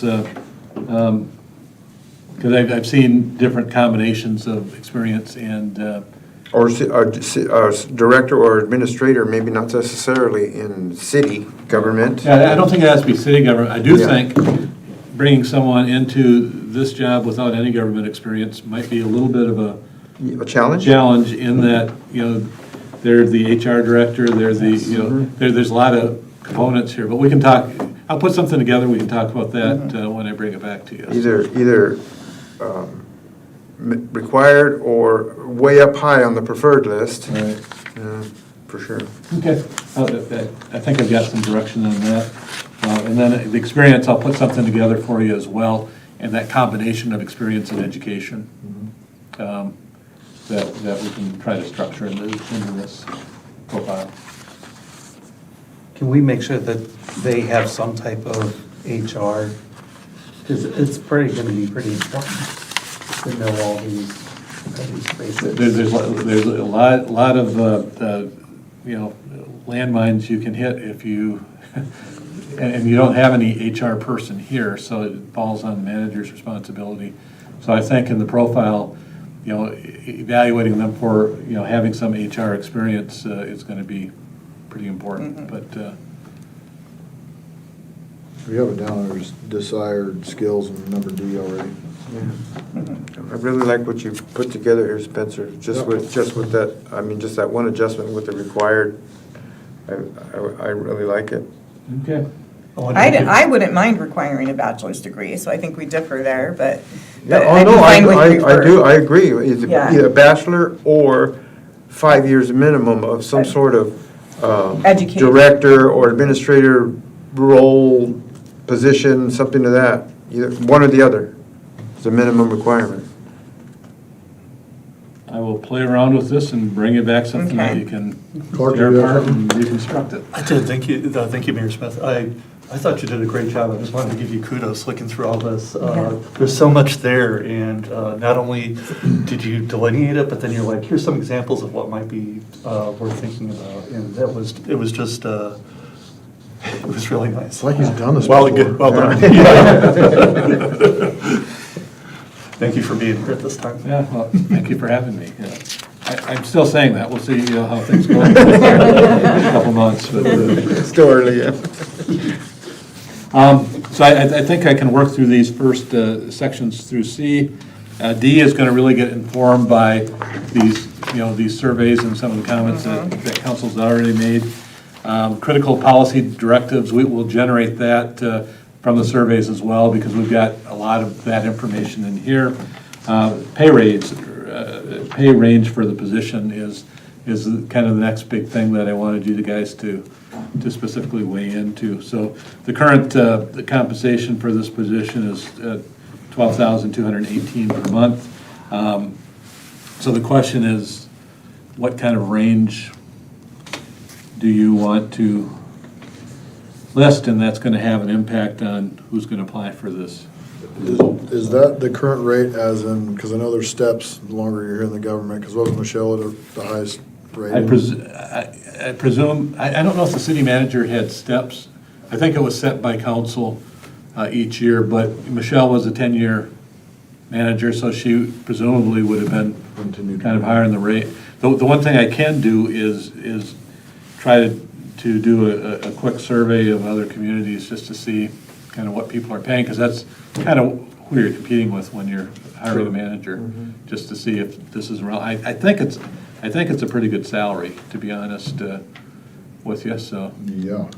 What do you mean, a pretty good salary? Like, you think that's reasonable? $12,200 a month as a starting pay? no, I think that's should be included in the range that you have. So you may have it a lower start, you may have it go a little higher than that, but I think I can do a little surveying to see what people are. I think that's the top, in my opinion. I mean, that's 144,000 a year, right? Yes, she's, I researched a little bit, and I was falling in the hiring range of like 90 to 120, seemed somewhat reasonable to me. That's where I was at. Based on the little bit that I looked around at other communities and things like that, so. And of course, that always depends on experience Right. and, yeah, qualifications.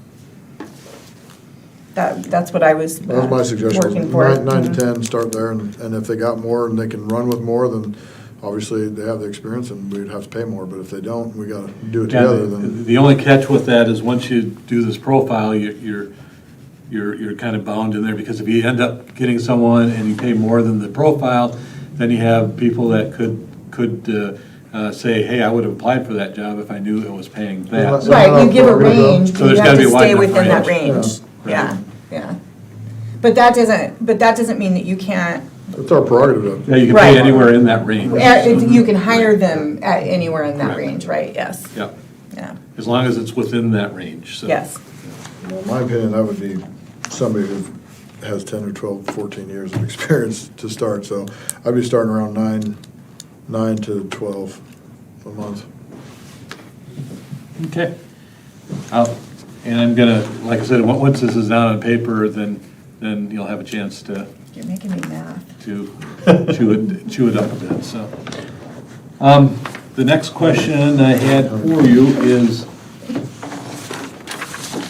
we've got to do the resolution and the hiring standards, and if we shoot for the schedule I have here, that would have to be done at the next council meeting.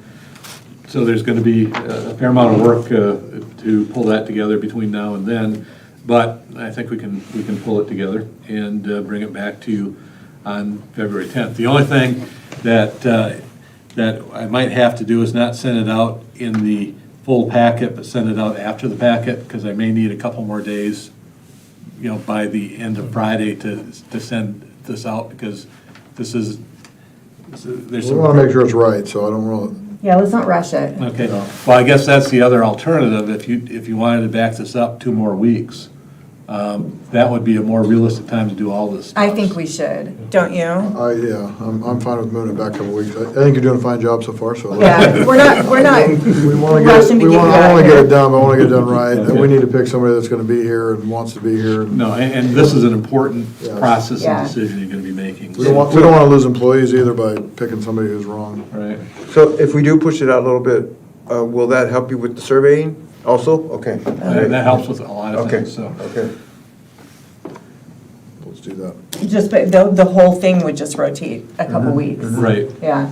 And the only, and I don't know what the council's practice has been, that it would be good to have you do that resolution at the time that you have your next work session. Do you typically have a special meeting if you have to take action items, or can you do action items at a work We session? typically don't do action items. We don't do, Yeah, we'd so- have to have a special meeting. So typically, I know what I've done in the past with councils is we'll have a special meeting to actually authorize that and then go into the work session or vice versa. And that's the process you'd use here? No? No, we certainly could, if it means to meet a deadline, we certainly could. We can have a special We can meeting. call a special meeting 24 hours anytime, notice, yeah, not 20, I think emergency is. Emergency is 20 no time, and then 24 I hours think, for special. is it, yeah, something to that effect. We have to check a charter, but we can definitely call a special called meeting. And if you did it just before the work We session, can do it like we did tonight, if it's that Sure. quick and simple yeah, to. like you do urban effective. renewal. Absolutely, just notice it, and yeah, Yeah. absolutely. Typically, no, we don't, but I'm happy to move forward that way, just so we can get this done, and, Okay, but it does have to be published. so that would be coming back to you, and we would be doing that in a special meeting before the next work session on February It'll take 5 minutes, 24th. What are we gonna do? accept the resolution. Yeah, so the resolution and job profile, we would have a special meeting, and have you approve that on the 24th of February. So we wouldn't, when would we review it? So we're not gonna get it in a work session again? What I probably, or you could have the special meeting after the work session and review it during that work session.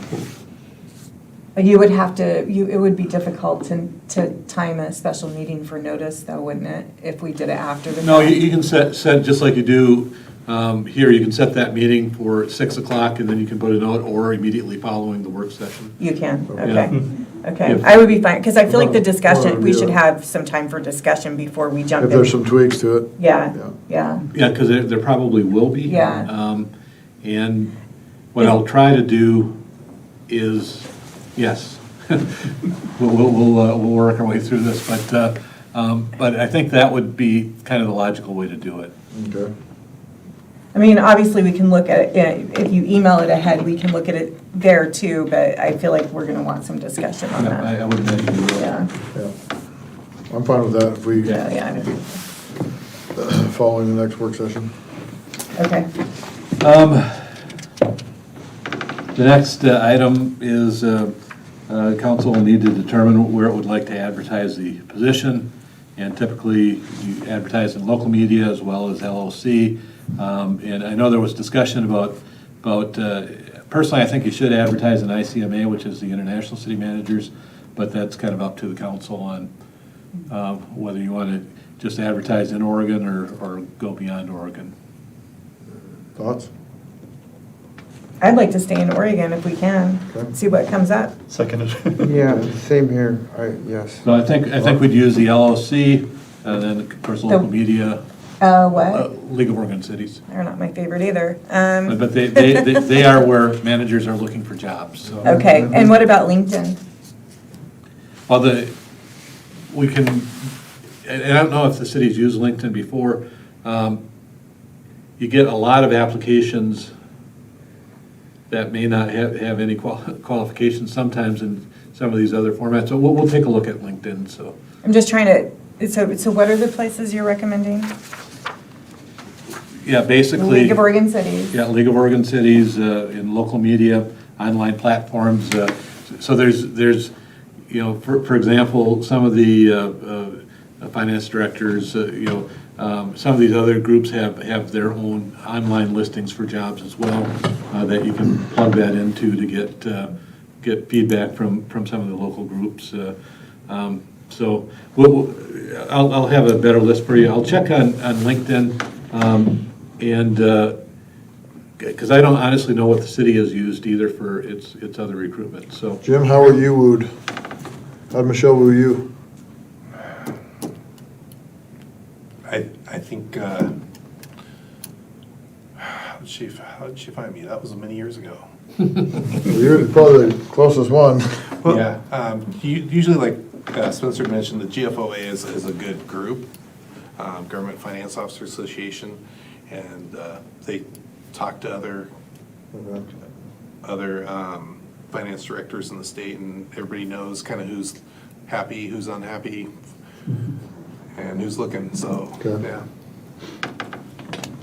I think we just, did we or did we not just agree, like, say, keep it here in Oregon? Right. If we use platforms such as that, doesn't that well, blast it out everywhere? It still could go. You still could get out-of-state candidates regardless of what you use. Okay, You can't okay. restrict. Oh, gotcha. It's just kind of do you want to try to keep it more regional, or do you want to do a more of a nationwide search? So I'm just curious. So, yeah, I'm just thinking of I just need some examples of where you're talking about, because it's not like it used to be where you just put a listing in the Register Guard, right? Right, yeah. Like, would the city of Creswell post it onto their own Oh, website? definitely, yeah. Would it go into our local community pages? Correct. Okay. Yeah, so Yeah. you push it out that way. Yeah, so because- LinkedIn's overkill then. Yeah, because a lot of times, people that are on the city social media pages may have someone that's actually got local government experience that might be very interested in coming to Creswell, and they'll call up their nephew or niece or whoever and say, hey, there's a job open here. So, those networks can travel pretty quick. Okay. Also, I'm in contact with a number of managers in the state, and and as you know, managers come and go from different cities, and so there's always kind of a pool of applicants out there that are either, as Jim indicated, not happy in their current position, that want to move on, or have been terminated. And just because they're terminated doesn't make them a bad manager. It just means they didn't fit in that, in that position. So That's your opinion. I mean, I know many excellent managers that have been terminated in their career. So unfortunately, I was not one of them, but I could have been. I was very close at one point. So. But no, it does happen, and sometimes it's not because they're a bad manager. It's just a bad fit for them and the council. So. But I'll get that a list of how we'll do that going forward for you for that later meeting. And then the next kind of process in here is the advertising deadline. We're going to push that back 2 weeks because of the schedule, but then council is going to have to determine how you want to review the applications that come in. And typically, the first process is a pretty mundane process of just sorting through the applications and saying who's meeting, the minimum standards and who's not meeting the minimum standards. If you hired a consulting firm, that they would do that for you. You may want to appoint a counselor or two to work with me on that.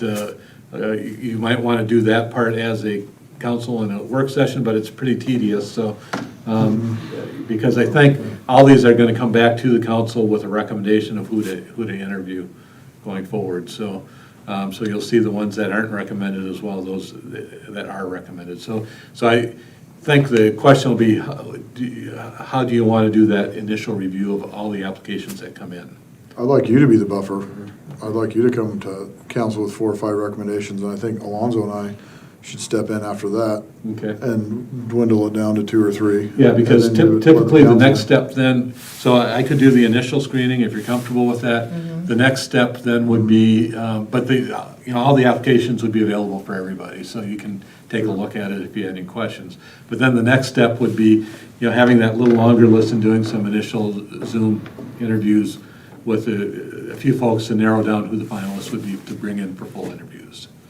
So, and I think typically it's the mayor and council president, is a pretty common team to participate in those initial Zoom interviews to narrow down that group, and then that's brought back in a executive session outlining who the finalists are and who the other applicants were, so that you can review all that, and then council will make a decision about what 1, 2, 3, or 4 folks you want to bring in for interviews, depending on what the pool looks like. So okay. That's how I'd like to handle it. Yeah. Okay. We'll decide the number, I guess, once we see how the pool looks. You go with that? And then One second. You go with that? Yeah, I would be totally fine with you eliminating the ones that don't meet the minimum requirement, and if you wanted to, if we took a peek at them just to see where they didn't, that would be fine. I don't know, this is a council decision. You guys feel okay with that so far? Well, I wish we had 2 other councilors here. That was my next question. Is to see, Same thing, though, what just happened.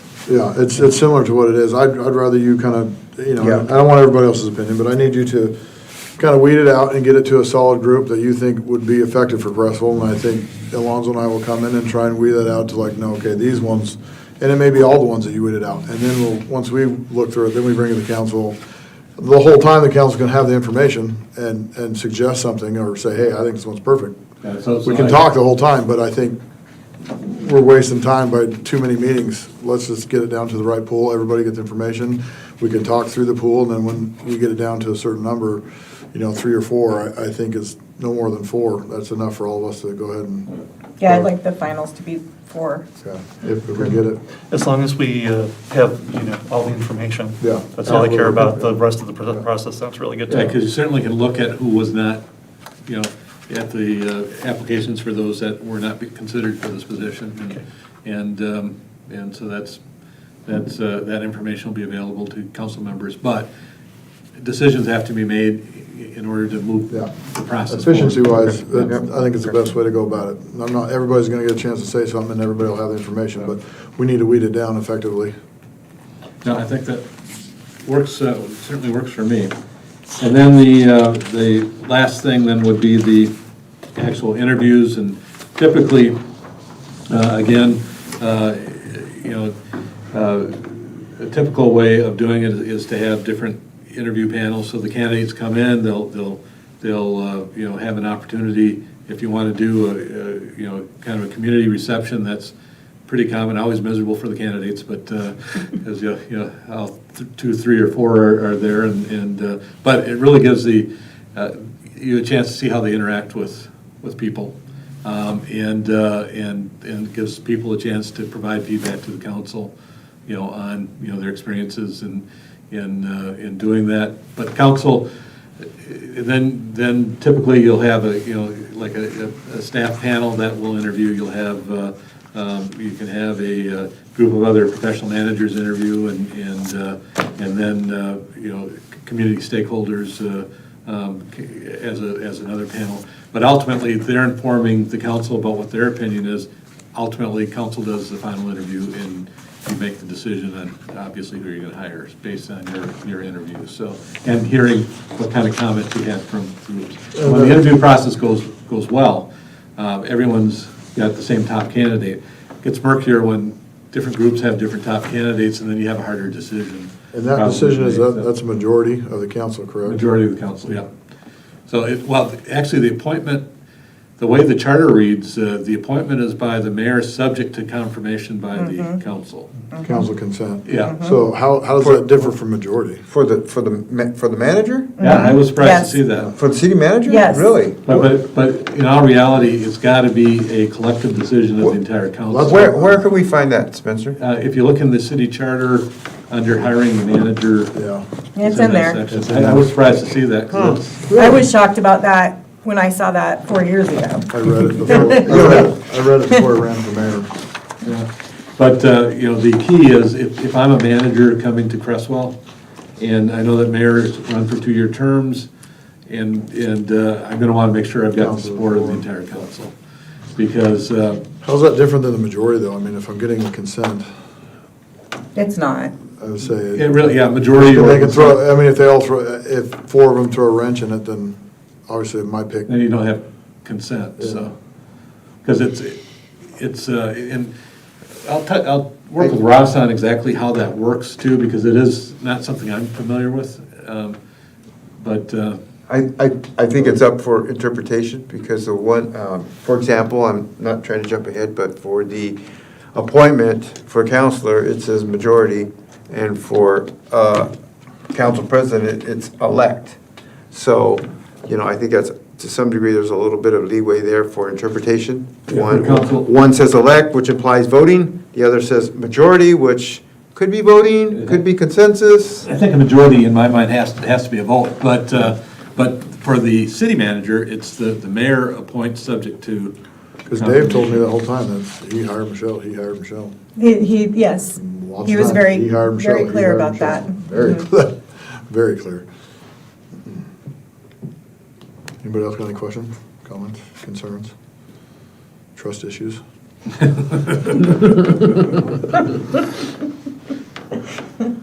So anyway, that's kind of but if this all sounds acceptable to you, I'm gonna put together this into a specific plan that will be attached to a resolution. And I'll get that out to you early. Okay. And then we'll talk about it at the February work session.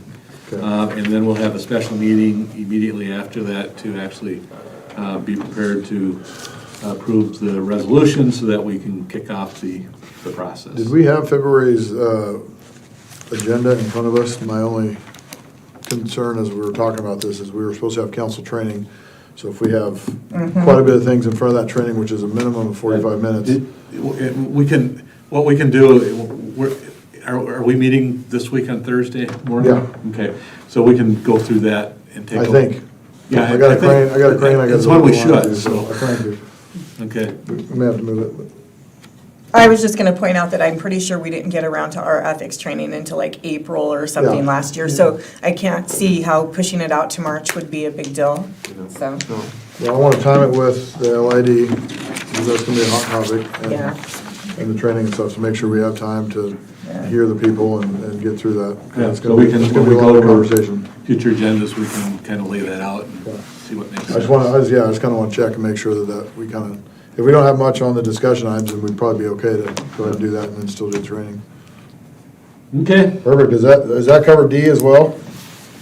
3C and 3D? We Yeah, got I think both that, I think at this point, it really gets me to what I need to draft together for you to take a look at, so.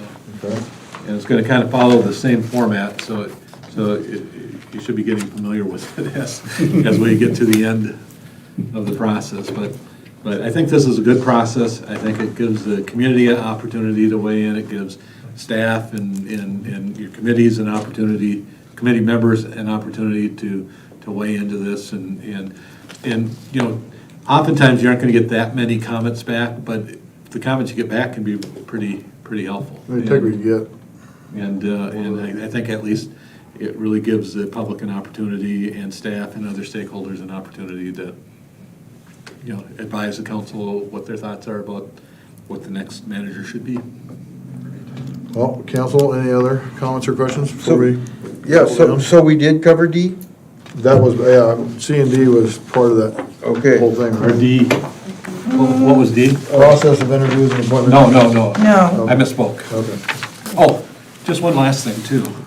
I wanted to distribute these to you. We didn't really talk about filling the council Yeah, we seat. need to talk about Yeah. that, so. I thought D was in my chart. So Here you go. This is just for your reading at your leisure.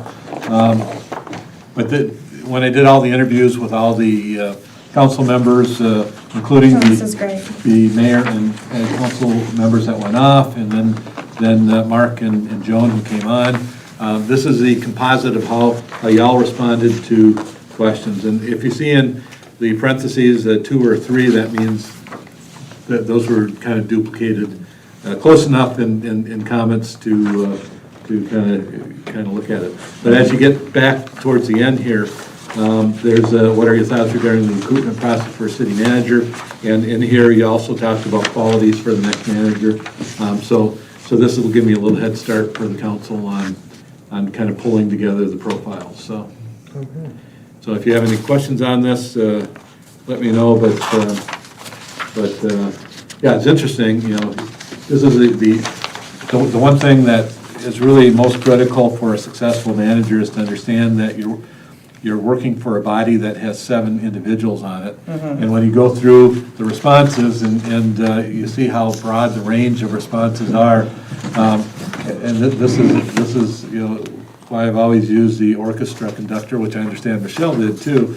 You got to kind of bring all this together to have it make some sense. And but I appreciate y'all spending time with me, sitting down in these things, and it was helpful for me. And I think it will be helpful in putting this profile together and trying to get as best of a match for what you're expecting in this position with the applicants and someone that's going to be successful in the best part going forward. I think that right there is a pretty good guide for your. Yeah, it is. So. There were some profound thoughts that came out Yeah, of these yeah. meetings, so. And some not so profound thoughts. Don't tell them. We already knew. Okay, All so right, D. We'll go to D. So you got a vacancy coming up, and the application deadline is February 5th. And so, Caitlin, do you know how many applicants we have so far? 3. Oh, wow. 1 application still out, but I have not received back, so there could be a possibility of 4. Okay, and it's still, someone could pull an application. Absolutely, or- yes. Or apply online Yep, now. absolutely. So you're gonna have a few people to interview on that meeting. The couple, just so this process goes as smoothly as it can, a few questions that I had in here for you. And I kind of outlined a process for you to talk about tonight. I don't know if you had a chance to review that, but Nick, did that make sense to you on the process Yeah.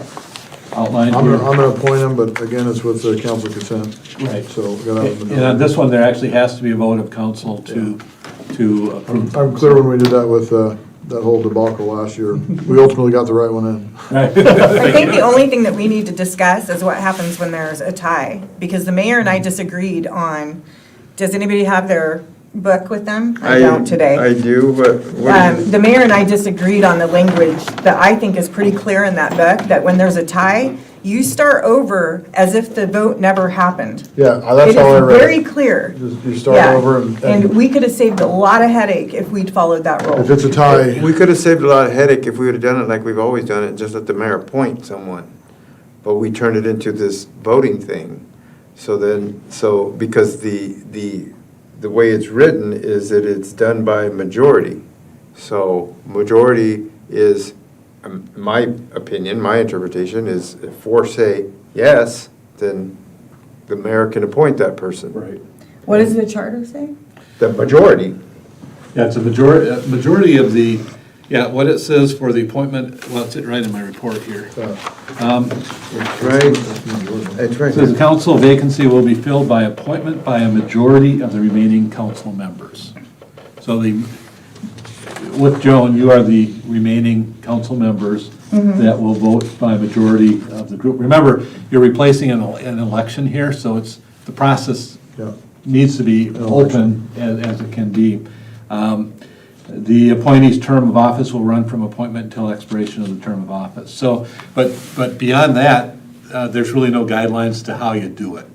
So, the charter doesn't say you have to interview people, but that's been your practice, and I think it's a good practice to interview people. And then, but the bottom line is whoever gets appointed needs to have 4 out of 6 votes to get appointed. So, and typically, what I kind of suggested was process is, it's similar to what you did for council president, is you take nominations, where the mayor or any council member can nominate somebody, and then the mayor will go through each of the nominated people and say how many support this, and you keep on going through that process until you get a majority, until you get 4 hands up, and then you're good to go, so.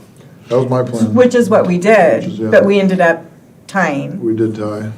And so that's something that we have to determine how we're going to. And with 6 people, in my mind, a tie is not, is a. It's a no. Is A tie is a no. no. A tie is a Yeah. no. Yeah, except, We all right, know that. right. And for council president, it says must elect a president for its membership. If, in my interpretation, that is an official vote.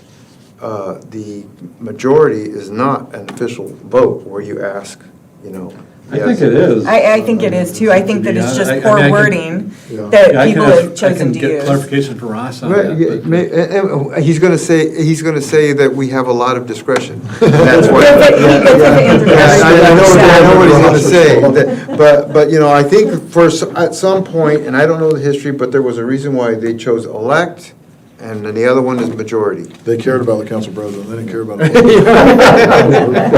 Well, the other interesting thing of the charter is the charter allows the mayor to appoint, but your council rules, appoint committee members.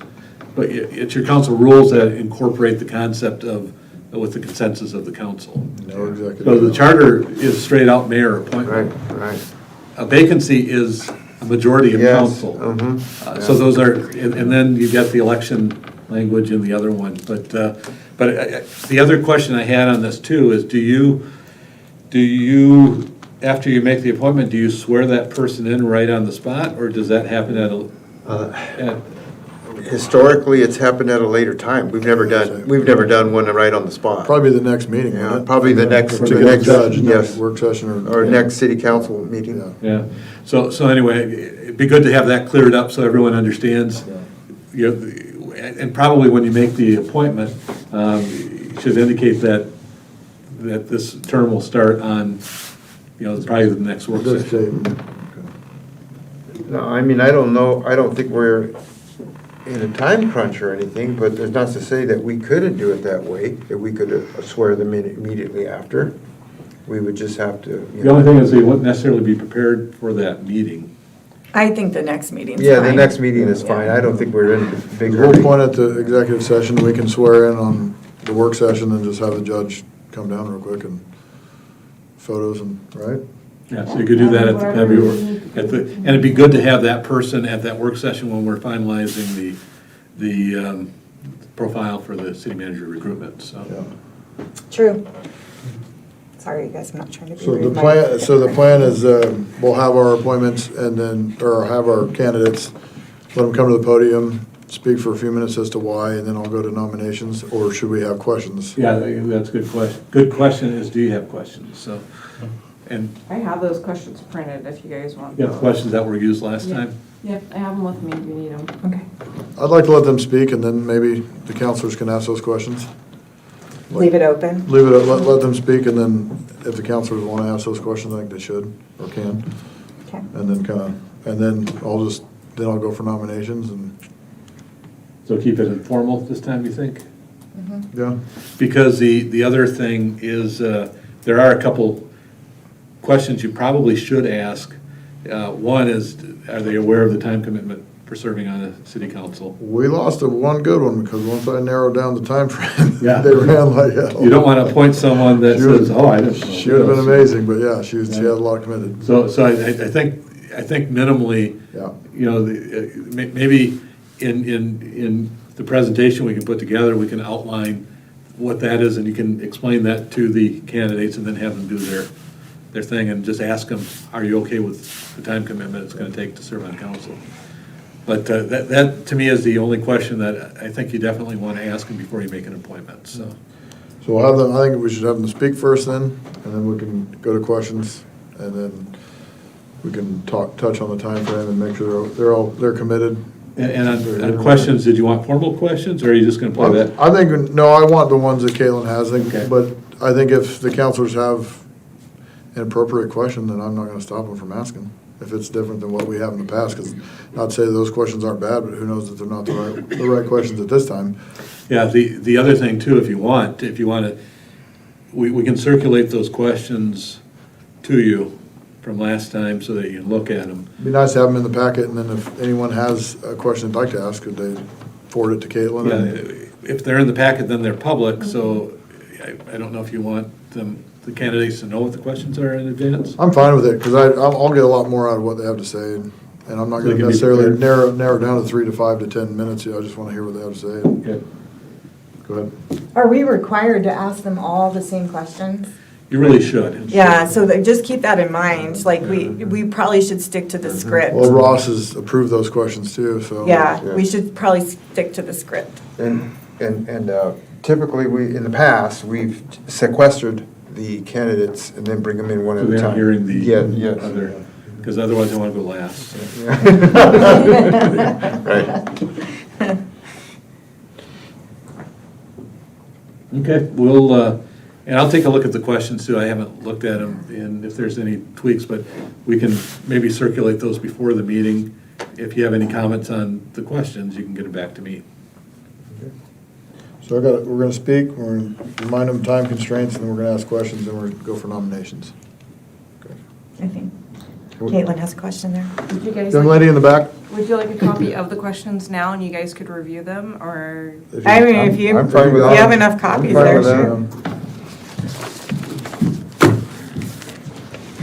sure. You're so accommodating. I planned from ahead, just in case. Thank you. You're welcome. Bill wants one. Bill, you want one? Mark? I assume you're gonna go silent, huh? Yeah. Thank you. You want one? No? And the questions do get into the time commitment, so. I just walked past apparently. Sorry. Well, I don't wanna take forever, but I wanna let them speak, and then, if councilors don't wanna ask any questions, they've heard enough, they don't have to. But we can stick with these being the questions that we have to ask, and There's one for each of us. And then, And there's also another set of questions for the, whatever they fill out online, right?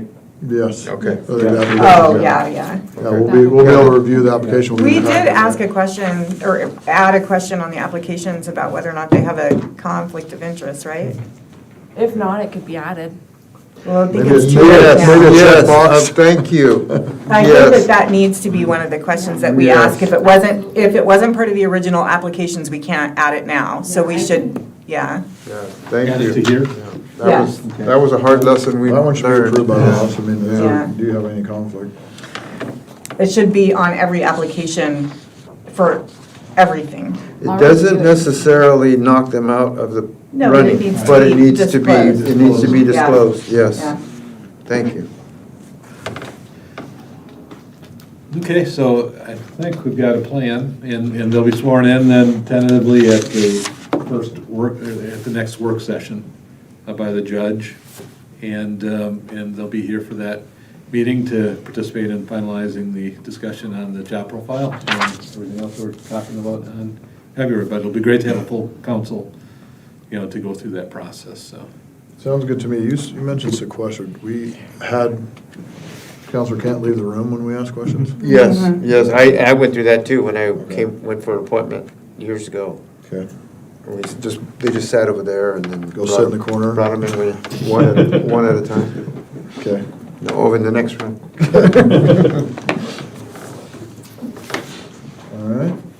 Does that cover everything, Spencer? I think so. Do you know when he did this in the agenda? Was this in the beginning or in the end, or? We did this in the beginning, if I recall right. It was mayor's report, then it went to The interviews? the process, and then we went to action items. And I think at the agenda meeting, we can take a look at it, see if, finalize that. Yeah, you guys can Yeah, make yeah. that choice. I assume towards the beginning, but yeah, we can. Yeah, see what else Because is. you'll have a planning commission review as well. Oh, okay. Yeah, so maybe we'll figure it out at the Yeah. agenda meeting. Okay. And that's gonna be similar where we let them speak and then we have specific questions again. And I think there will probably a separate set for the planning. Yeah. Because they have a little different set of, And then that's another appointment by me with council consent. that one is an appointment by mayor, and what the rules say, council has to consent, so. You all better consent. So, yeah, you got three I different know you appointments, will. they're all different language, so. Okay. All right, councilors, anything else? Anybody from the audience got anything? No? Tried? All right, let's gavels down. Meeting adjourned. Having the words